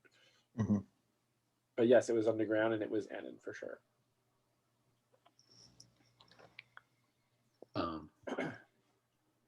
Yeah, we could explore around the backside. It looks like it's maybe that it's protected, and so they would, if there was another entrance, it would be very secret, Right. because then they would lose their advantage, Mm-hmm. or perhaps even magical in nature if it was, if the Enin were able to create that shawl, then you'd think they might be able to make a magical door as well, but this is all just our imagination at this point. Yeah, that fissure right there. I mean, if there really is an extensive system, that fissure with the rope bridge over it, or the whatever that bridge is, there could be something down there. Well, I say let's scout out. Let's do some nighttime scouting, and take it one step at a time. Mm-hmm. We'll see if an opportunity presents itself. Yeah, you said you could get close to the cliff, but not without being seen. But at nighttime, unless there was someone there, there would be nobody to be able to see you down below the cliff. And then, yeah, just avoid the traps if you go through the wooded area. Yeah. Let's do that. Pro tip. Pro tip. Avoid the traps. They have been. Yeah, so it's a beautiful starlit, crystal clear night. So you will be, even the humans among you will be able to see fairly well. if you're going to do something like search for a secret entrance to a thing, that'll basically be the elf's territory, unless you were going to produce a torch or other kind of light. But in terms of like broad strokes, the humans will be able to sort of see stuff, right? The approach across, in Weiren's estimation, under cover of night, it is a relatively bright night. If there's somebody on top of that wall watching in that direction, there's less of a chance that the person it would take a roll to cross that distance, right? It's not a guaranteed invisibility thing, but if anybody could do it, it's probably the elf. Leave Tapias and Itzy here. Yeah, I think so. Okay. It's fine with him. He's like, I don't, stay safe. Come back. What's the? Does he have any orders as far as when he should start to worry? I've still got the whistle and arrow. Okay, great. And that's for him to come or to go? That'll be for him to go to save himself. I mean, what are we my going to be God, like? okay. Topias, you're going to turn the tide of this battle. Okay. So the whistling arrow is like, flee for your life. Yeah. Otherwise, he'll just wait indefinitely until he makes his own call. Okay, great. All right, so the three of you set off there. Paiviki, you wearing your chainmail? Yeah. Yeah, I'm putting my chainmail back on. You're putting it back on? Okay, great. So everybody's suited up. And as far as other gear, just to be clear, so we know what you've got, Weiren, if you're going to be sneaking across a hillside, like your shield and spear are not going to be particularly useful, right? Agreed. Yeah. The spear you could, the spear might be useful and might be able to, but the more kind of a profile you have, the easier you're going to be to spot. Yeah, I would only bring my longbow and arrows. And like you have a knife or a short sword or something? I do have throwing knives. Okay. I'll keep those. All right. What's your main weapon besides the spear? Oh, I was gonna try doing the longbow from. Okay. All right. Just get another look here. So I'm refreshing myself here. So we got the longbow, throwing knives. I've got a hatchet too, which you could use. It's also throwable. Well, because you will be sword only, or Yeah. If you want. All right. Everybody's equipped. you're offering me the hatchet? You don't need it. No, I've got a sword and a knife. I mean, sure, I'll carry it. Okay.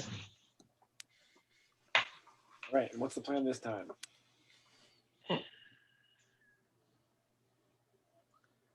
I think we're going to keep on going.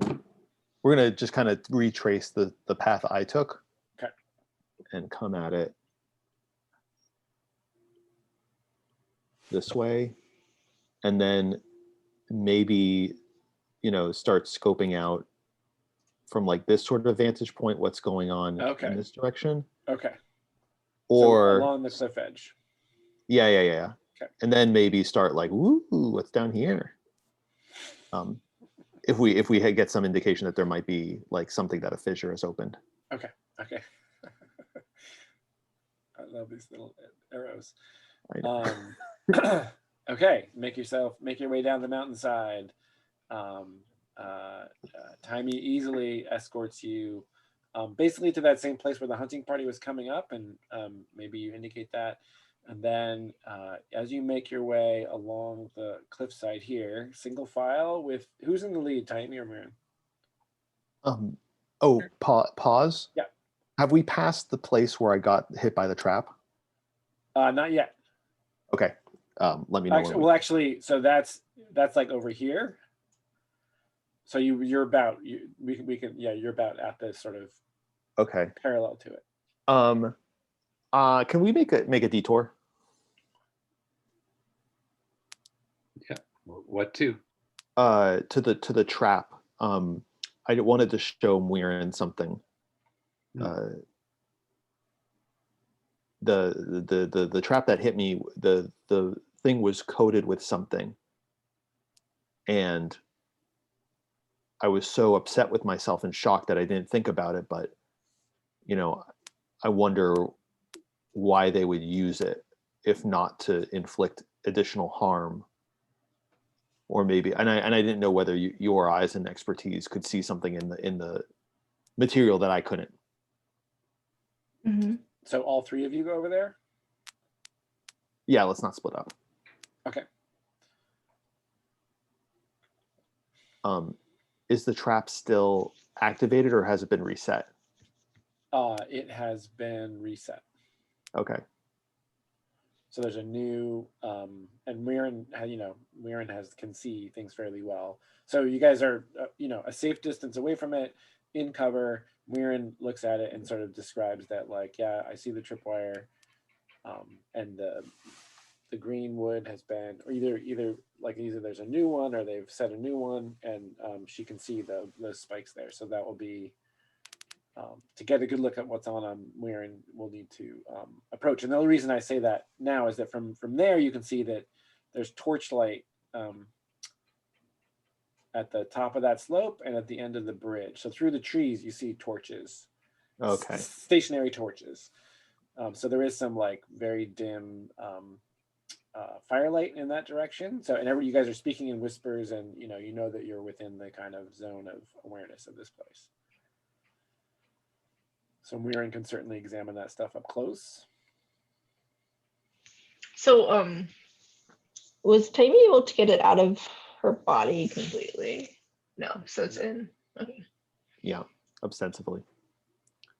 So I didn't know whether you could see whether it's poison, or, I mean, it could also just be something like super stinky that like their hunting hounds, can track onto.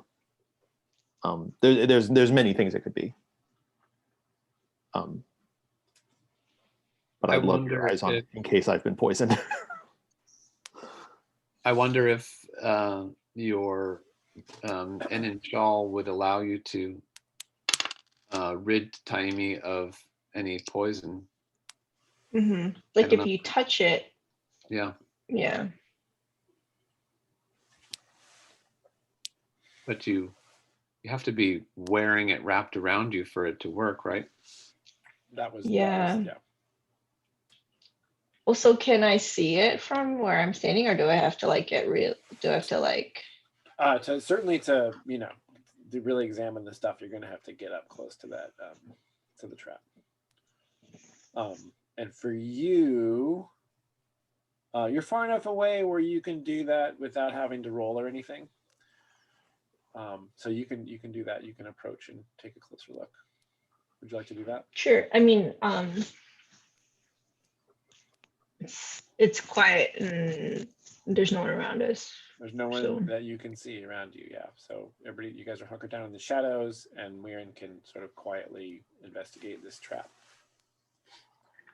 Can I sense danger in that direction of trap? Sure. So as you know, sense danger is like imminent, like it's about to happen, and you don't sense any danger. Okay. And you get up there, and so it's bent back. It's a little bit camouflaged. They've put a little bit of brush around it, some light brush to kind of keep it from being obviously noticeable. And there's this sort of triangle of freshly cut, freshly whittled wood that forms the kind of head of this, of the flinging part of the trap. And there are several wooden spikes kind of lashed to that, perpendicular. And you get up close, and you, I think you'll need to find answers to figure out what this stuff is. You can spend cunning on this because it is in your wheelhouse if you choose to. Poison. And for cunning, so should I? Sorry, go. Oh no! If you're explaining it, you can explain it. Cunning you can spend after the roll. Oh, okay. Okay, perfect. Only so I'll roll first. Yep. And that is a Wisdom or intelligence? Very cool. Okay, so I'll roll my wisdom. I have 7 plus 2 is 9, and then I'll spend 1 cunning to get a 10. Okay.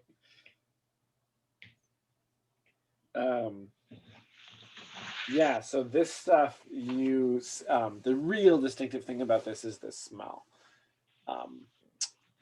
It has a really kind of, well, at first it doesn't smell like anything, but there's all kinds of ways you can test it, and you kind of very gently moisten a finger and just touch the edge of the thing and then smell. And it has a very acrid, it smells a lot like, what's that stuff that they use in, shoot, I can't remember the name of it. It's like a paste, like tamarind paste. Okay, it's like a really sticky, sour but like as if tamarind paste was like mixed with rotten vegetables. And the smell is what gives it away for you. You know that this stuff is called irewort, and if it takes effect on someone and they are unable to resist it, it can make them unreasonably angry.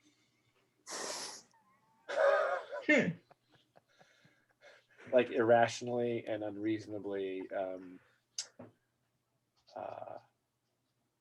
Yeah, they'll just start to get really mad about things. And John, at this point, I'd like you to make a saving throw with Constitution.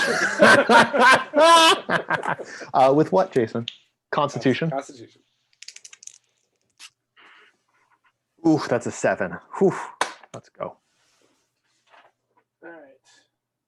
I mean, it's not a 6, I guess. Okay. So what's the thought that you're as Marin's over there and you're kind of, there's crickets, you're near Paiviki. What's a thought that like something that's happened recently that makes you suddenly just feel like a little angry at Paiviki?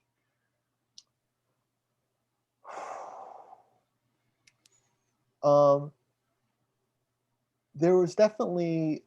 think there was definitely like just like if we're talking about something small that can become something big, it was the idea of like us like risking our necks and her like fiddling around with Topias and a coin and stuff, like her not really understanding what she's doing, and she's just while she's getting in the woods getting stabbed. Right. So there's a little irritation around that. That Okay. suddenly sort of unbidden kind of comes to your thoughts. You also take 1 point of Constitution damage. Oh. I ain't afraid no ghosts. Yeah, so Marin, you know that it has that's the kind of like strange behavioral effect it has, and it actually has been known to make people sick and cause people to like come down with a fever as they try to fight off the infection, and it's not, in your knowledge, it's not like fatal, but it can mess people up. What an interesting poison. Yeah, take it. Yeah, so you return to the gang. I guess I'll look at Taimi and see if she's if she appears to have any symptoms of the irewort. What symptoms? What are you talking about? Do you ask Taimi any questions, or do you just observing her? I'll tell her what it is, and I'll ask her, what irewort? do you feel? Yeah. I mean, I don't think I feel any different. I'm mad at myself, and a little pissed off at, I think we all just get frustrated, being on the road so much, but that's normal, right? We just get upset at little things, and that I think that's it, right? Mm-hmm. And I'll, we'll just make sure she doesn't get a fever. So you're gonna keep an eye. Yeah, everybody, and it's, Well, it's so- public knowledge. You're letting everybody know. Are we thinking that the anger can cause the fever? Like that's what. They're both just symptoms of the poison. Anger doesn't cause it. They kind of happen concurrently. Paiviki says, so that was poison on the trap? Can you rid Taimi of the poison? Yeah. I Could- tried. could I? I tried to fish it out, but I must not have gotten it all. At this point, this long after the fact, Moira knows that it's going to be in Taimi's system. If maybe there's no symptoms, and that's not a problem.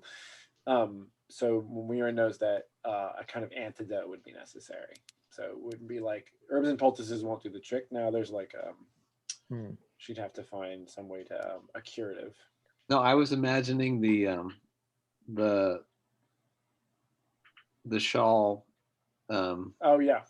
If it worked like it did in the river, if it was able to actually purge Impurities. liquids from your system, like anything that's harmful, anything dirty. I don't know. It seemed to purify the water, so I thought it would maybe purify her blood too. I don't know where it would come out, maybe through her pores. Ew. Or maybe we just have to make a new open wound. Oh geez. Yikes. Yeah. Well, now that you know that things may make you angrier than usual, at least you can be aware. We're also good That at it being could trip you aware of up. our emotions. It's not going to trip me up. I'll be. Yeah, I'll keep a lookout.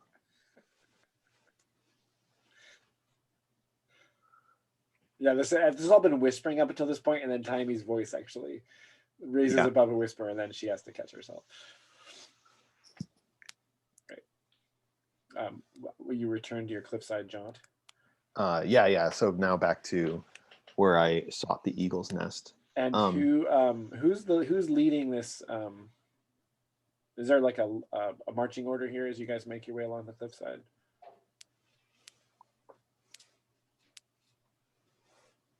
Was it Taimi leading? I think Mirren should go first. Yeah, Weirin first. Sure, because You're of the the most night vision. observant by far. Okay. So you see definitely that at the head of that bridge there's like some kind of pole with a torch attached to the end of it, and there's a person standing there as well. And you sort of glance that through the trees, and you're all hunkered down. You're quietly making your way along. Weirin, make a saving throw with wisdom.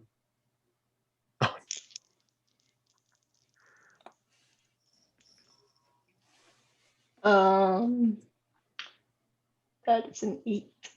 You got an 8. Yeah. Okay, then you get a chance to dodge this thing. Okay. You triggered another one of these tripwires.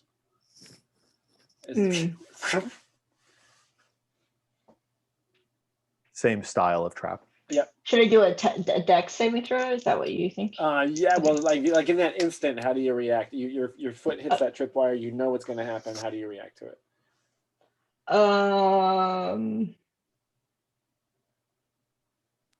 So they come from above. Is that what the branch swings down, or? It's designed. Yeah. It sort of snaps. It sort of snaps in an arc, and it's generally it's sort of coming. Yeah, exactly. It's like a big hand kind of slapping you. I will.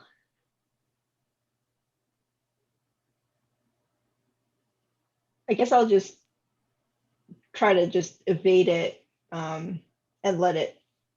Do you think it'll fly behind me then if I step out? If I don't, you step out of the way, it'll basically essentially hit the ground where you were, and then boing, like that. Okay, but it will make sounds. Sounds like. And... Not super loud, but it will be like a quack. Yeah. Oh, good question. Are you gonna try to catch it? Well, I guess I worry that now it's drawing attention, but yeah, her instinct is just evade it. To step aside. Okay, great. Yeah. Yeah, saving throw with Dex. Okay. Okay, that's a 9 plus 2, 11. Okay. Yeah, so you're as soon as your ankle hits that trip bar, you just take one quick step to the right, and it goes, and it sort of hits the ground, and then, and it made like a thumping sound that you don't think could have been heard more than 20 feet away from you. So everybody freezes for a second.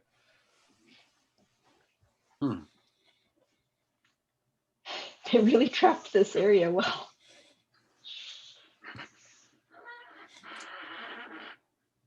I mean, we won't know.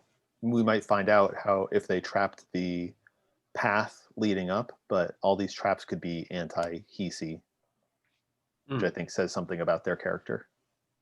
Yeah, they may be scared that they can't see the Hisi. Sure. Yeah. All right, you make it to the edge of the trees. Between the rocks and the scrub, you feel pretty good, but you are at the edge of the firelight there. Mm-hmm. And there is that pole, and then there's a person sort of standing there as well. And when you get there, they're talking to someone else. And as you watch, the conversation kind of comes to a close, and that person kind of walks off up in that direction. So now there's one person and this torch on a pole there.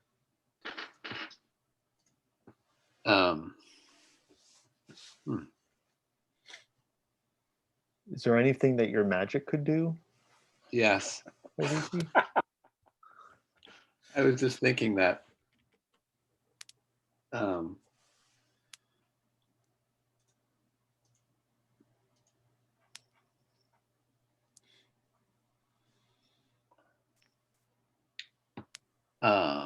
The coin that I had earlier.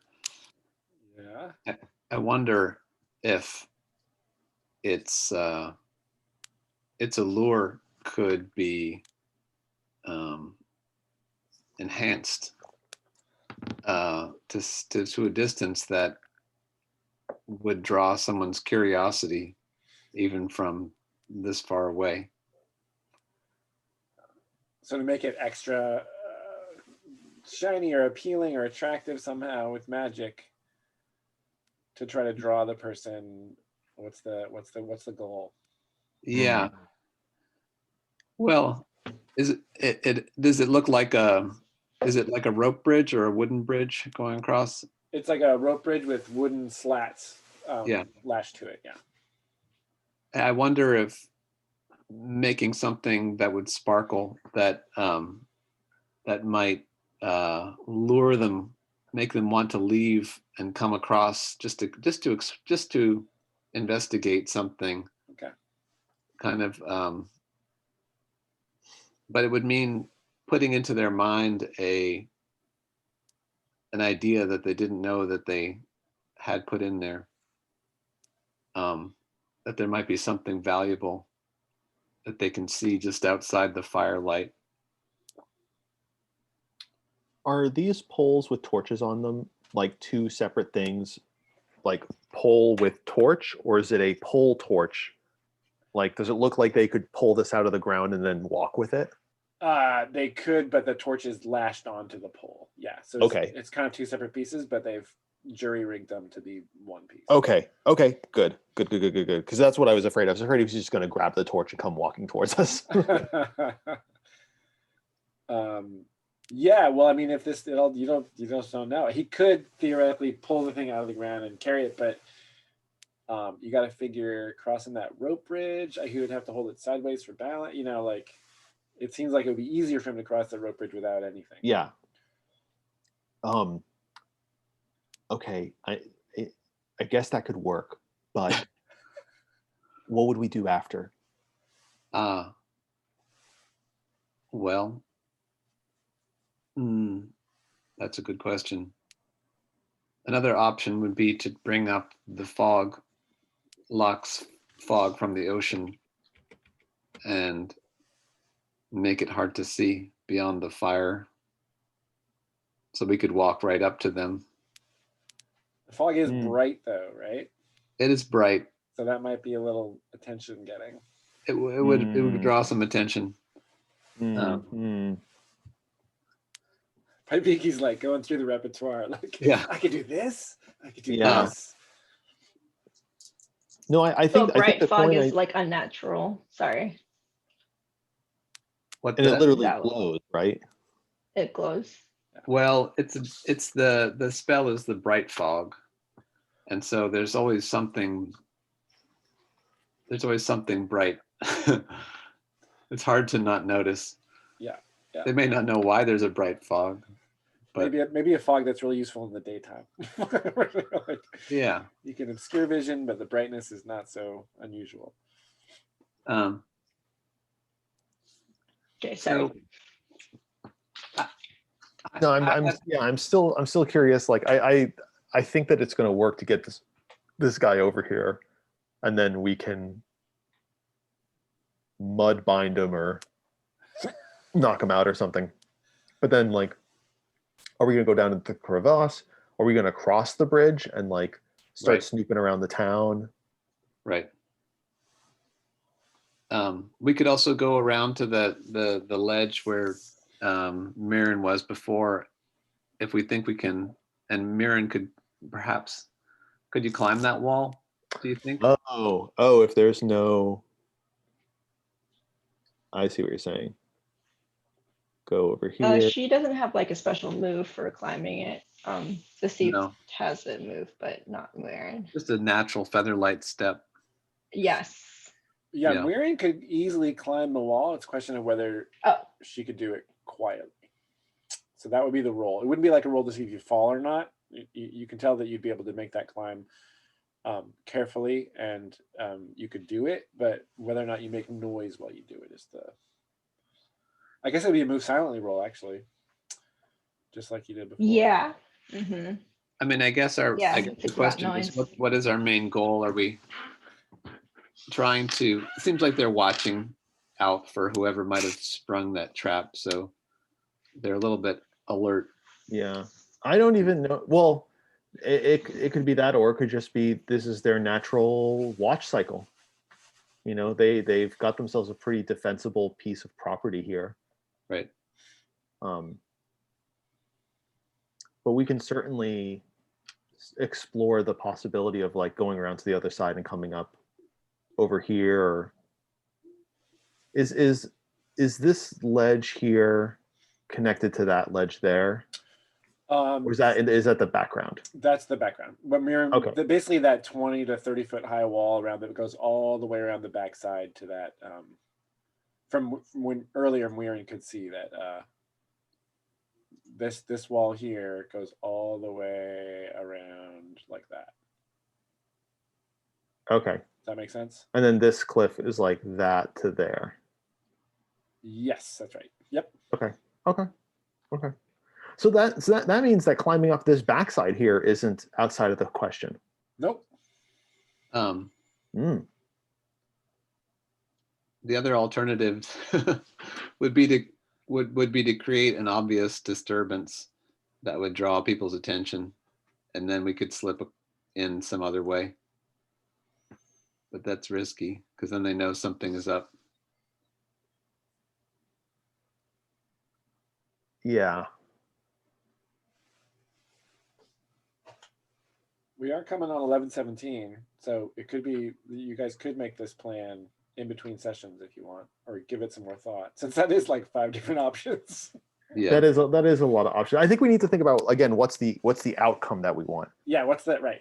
What's the goal? What are you trying to accomplish? Because like we've already, like, I don't think, as much as John Chidurgeon wants to go like down here to find like some sort of like fissure and a way into the catacombs that we assume are under here, like there could be dozens of people down there. We could never do that.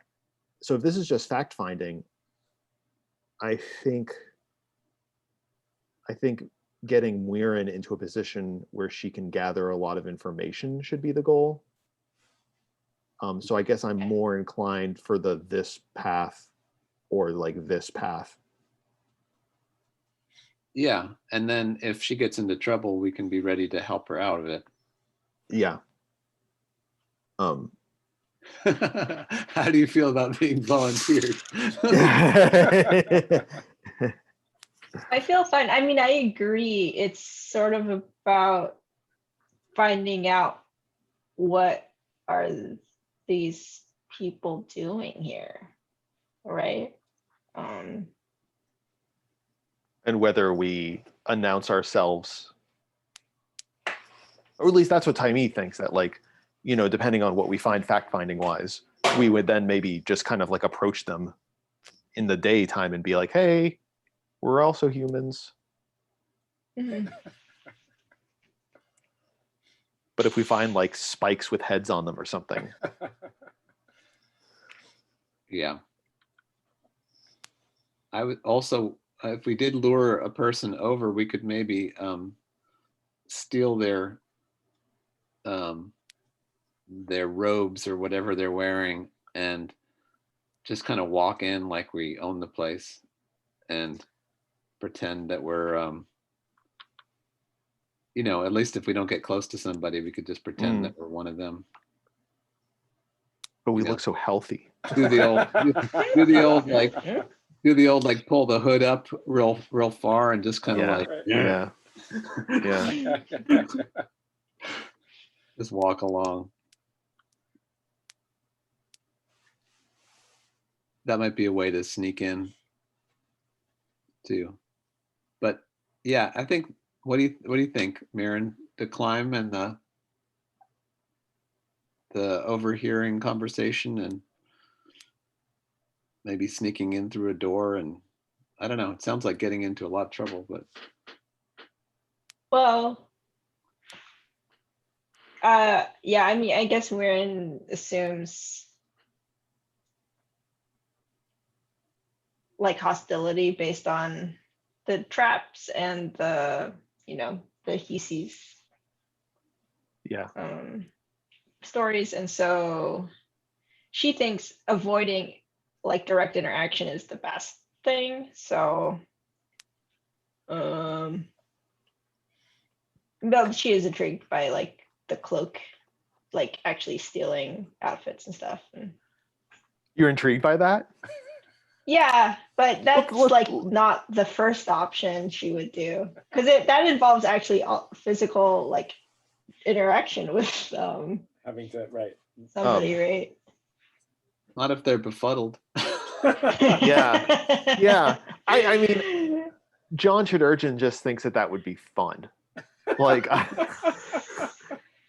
we could, we're doing the old, you know, Star Wars Stormtrooper thing, and that would increase your chances for success when I think that would feed multiple birds with one scone, because like we would be causing a disturbance that later people would be like, whoa, what's going on over here, and that would draw attention to this region right here, and then that would also give you a disguise to make a mission over here more successful. Oh, so lure somebody, take their duds, and have Yeah. that as part of your gear when you go in from the other direction. Yeah. Get this bozo to get over here with the coin. Take the disguise kit out of his inventory. Yeah. Just move it just shift it in. Anyway, that's a plan. Anyway, you guys don't have to listen to me. It's just my idea, okay? Yeah, I think it's a perfect plan. It's a perfect plan. All right. Yeah, Mirren is indeed intrigued. Do you want to cast that spell now before we call it a break? Sure. Okay. So Paiviki's got these, or I think we have still these like topazes from the cave of the sorcerer. Yeah. That's a pretty appealing item. Yeah. I would kind of like um I think like stand in the shadows so that, or definitely outside of the torchlight, but Yeah. then kind of like take the topaz and like hold it up and hold it like forward so that it's just like possibly glinting, Uh-huh. and then just put all the energy of that spell into the topaz and try to Wow. have the glint and the possibility of its value just kind of like shining out Yeah. across the bridge to the person who's standing over there. Yep. And see, it's more of like affecting their mind, and if I can get them to lock their eyes on it and see the glint, I think then maybe I would get them. And so the befuddling part is them not being able to resist Yeah, the they would draw. just, they would, Okay. beyond any good sense and feelings of like duty or anything like that, they'd be like just curious, like, Yeah. what is that glinting over there? It might be valuable. I think I need to go across the bridge. I don't know Yeah. why. I think normally that would be a minor effect, but the fact that he's got to cross the bridge and leave his post is what makes it a moderate effect. Okay. So by my calculation, that's moderate is 2 power. It's near range, that's another 2 power, and it's a single target, which is 1. So that's 5 power.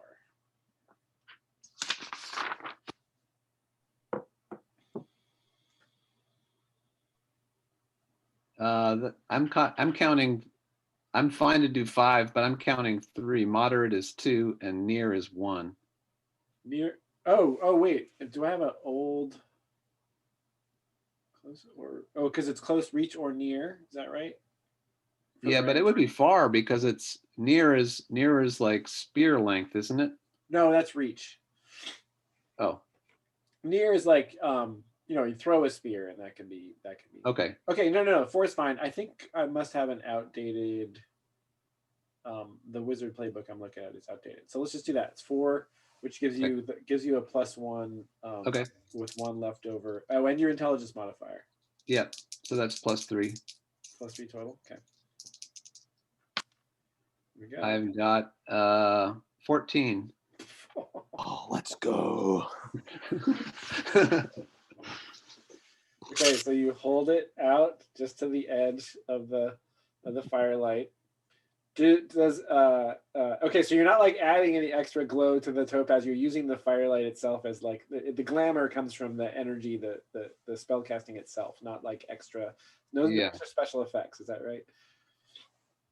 Yeah, no extra light perhaps, but Okay. I think, I mean, any light that would be seen would be, if it was extra, it'd be perceived by that person.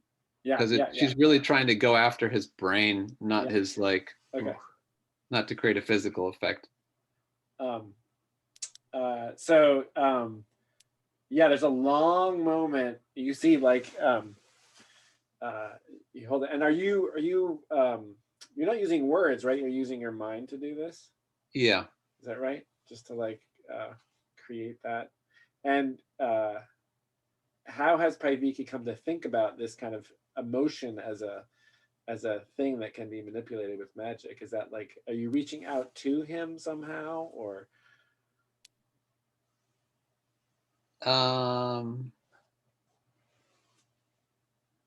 I think it's more of like a reflection. Like the topaz is like a mirror of the emotion. Okay, And great. because it's a big gem, it's like a much more powerful mirror than, like a rock would be or something like that. Got it. Great. So she's trying to catch the attention of that person and magnify it back, their curiosity. Okay. So he takes a step forward. You notice that he has leaning up against the little fence. There's a little tiny fence there to one side of the bridge. Leaning up against that fence is like a club. So he takes a step forward, and then he looks over at his club, and then he looks back at the gem, and then he looks kind of around him to see if anybody's watching, and then he runs across the rope bridge, just like dump dump dump dump dump. He gets to the other side, and then he sort of pauses for a second, and he's kind of like, and he does this weird thing where he kind of like he like rubs his head in this weird way, and he looks a little like twitchy. And at this point, he's kind of silhouetted against the torch, right? So you can't actually see any of his features or anything like that. He's backlit by the light behind him. And then he starts to move kind of a little more cautiously. You know, he looks once more back across the bridge, and then he starts to move a little more cautiously in the direction of the topaz. Can I say that as he starts to like make moves forwards, that she kind of like Withdraws it and like takes a few steps back to the next tree and then like holds it up again?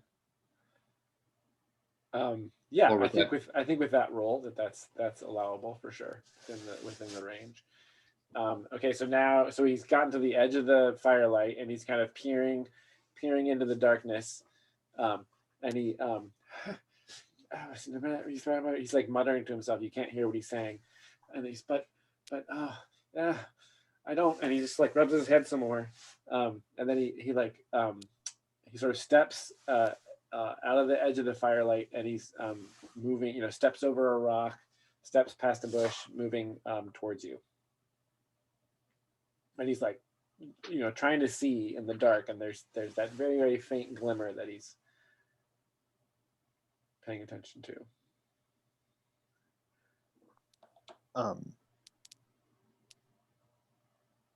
We probably would have talked about this, but like, who's gonna cold clock him? Okay, you got him here. Now what? Yeah. Hey, you guys, you do it.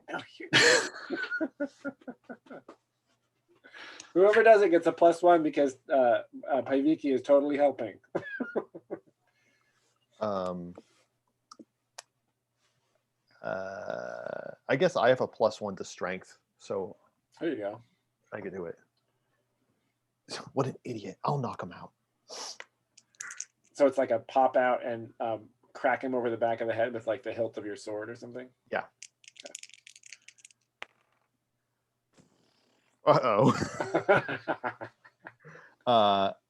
That's a 3 + 1 is 4. Oh, Mark. Wait. Plus one more is 5. Plus 1 more is 5. That's right. Because I'm helping. Come But on, that's- who can get it to a 6? How do we? 6 won't. Yeah. So you pop up, you know, silently. You pop up, and you're in position to be sort of behind him, and you go to clock him, and he spins around and grabs your wrist and forces you off balance, and the two of you fall to the ground, right against the cliff. Ugh. And so you're like, you're down. You're basically like your sword arm is over in space on the edge of the cliff, and he's got that arm, and he's like,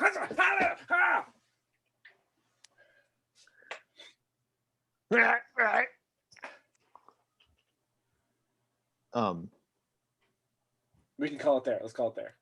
Cliffhanger. I was trying to think of like how I could position myself into hanging onto a cliff to end. Yeah. Unless did you have something specific in mind you wanted to do? No, I was just gonna tousle him. Okay. You know, like just keep wrestling and try to knock him out. Okay. But we can start with that. That's a good starting point. All right. Great. When you're multi-classing, did you do a fighter thing and a magic user thing? Definitely did a magic user thing. I don't know. I don't think I did any fighters thing. No, no physical prowess. Mark a problem if Taimi gets XP for avoiding those hunters by hanging off the cliff. That was an act of physical prowess. Solve a problem with stealth or trickery. Weirin, yes. You get XP for that. Traits. Paiviki, bold. That was pretty tricksy. I mean, it feels very bold to try to lure somebody away like that. Kind of, yeah. I mean, it's borderline bold / not bold. I mean, it's not walking right up. That would have been textbook bold, but. What's your other one? Is it still boastful? Boastful. Yeah, didn't get a chance to boast. Okay. Yeah, well, let's take that point for bold. I think that was kind of a bold move to. Okay. Weirin is focused and respectful. I mean,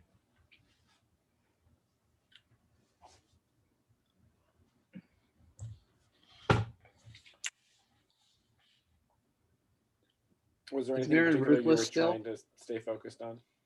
Yeah, it's just it wasn't like memorable, and I don't know. Dude, I am focused in that in the stealth I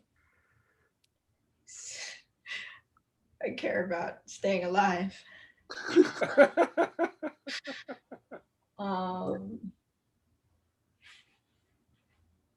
Yeah, and then trying to be respectful to Taimi when she's obviously ill. Oh yeah. No, you tried to be very diplomatic there. Yeah, you were. Do you feel anything strange? I mean, this is just the symptoms. Yes, you get an XP for that. And then Taimi, curious, absolutely, scouty. I was gonna say, like, I don't know if I should get the point for irritable because it was the poison doing it, not me. But I'll take the XP for curious. Yeah. Hey, just like in the future, I realized that like with a 3, with my +1, that would be a 4. Yeah. With help from Paiviki, yeah, that would be a 6. Could I have cashed in one of my things with Weirin? Like a bond? Bond, thank you.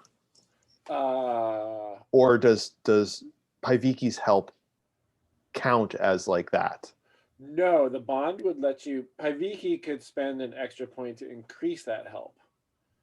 Weirin was not doing anything in particular to help, right? The help you were getting was from Paiviki. Sure. So Paiviki could mark a bond to give you an extra point, yeah. But you'd have to do that beforehand? Let me see. And then I would have had to use luck. I like where it ended up. I like tussling with this guy. Yeah, but you may have been able to like. Yeah, I just want to have it in my banks for yes, like what I can do in the future. Let me just look at the text of the rule real quick. When you assist or interfere with someone making a move, explain how you do, but before you roll any dice. If the judge thinks your explanation is reasonable, the rolling player takes +1 or -1. And then bond is when you make any roll to assist, defend, or avenge a person with whom you've had a bond. Before rolling, you may mark bonds. Yeah. So you have to do that before rolling. But yes, you could have said, you got Paiviki's help, those other bonuses, and I want that, and Paiviki could say, I'll mark a bond to give you an extra +1 on that. Okay. Before the dice get rolled. Future. So after the dice get rolled, you can spend luck, and thieves can spend cunning, but that's the only time things happen after a die roll. Cool. Good question.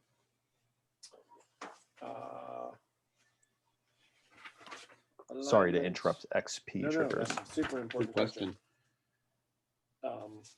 Alignment goals, neutral. I mean, I think that Paiviki totally is by studying the spells and trying to expand her repertoire is totally like trying to better and learn the spell, so actually improved her personal position, right? Oh yeah. That's it. Or maintain a balance. That's the other neutral thing. Okay. Weirin is lawful, right? Totes Yeah. maintained order. I think you avoided the trap, and you. What were you thinking? Oh, I didn't think that I triggered it, but yeah. I felt like there was an opportunity for not some chaos there if you'd been hit by that trap. Yeah. And Taimi, chaotic, right? Yeah, I definitely didn't. I didn't trigger anything. I guess if you'd attacked that hunting party, that would have counted as. Yeah. Did you make an exciting discovery? Yes, you found this place and saw that it's inhabited. So everybody gets XP for that.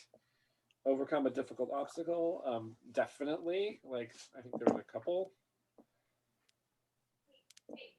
The most memorable. I mean, Taimi clinging to that cliffside and then just drawing this guy across the bridge. That's an option. I guess you haven't overcome that yet, but in any case, XP. And did you require some memorable booty? No. Mm-mm. All right. That is that.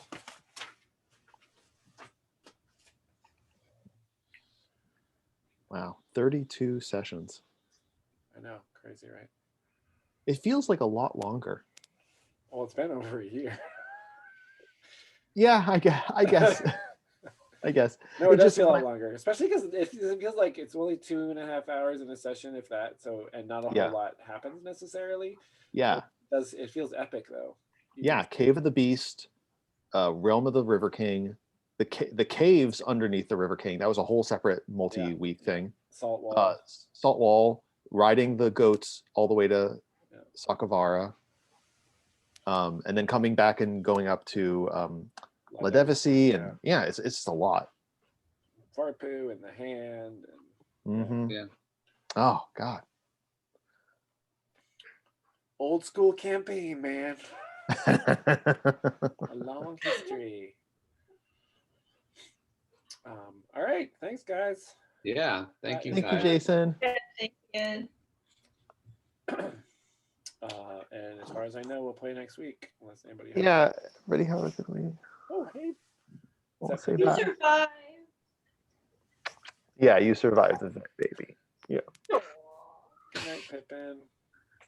All right. Good night, guys. See you guys next time. Bye.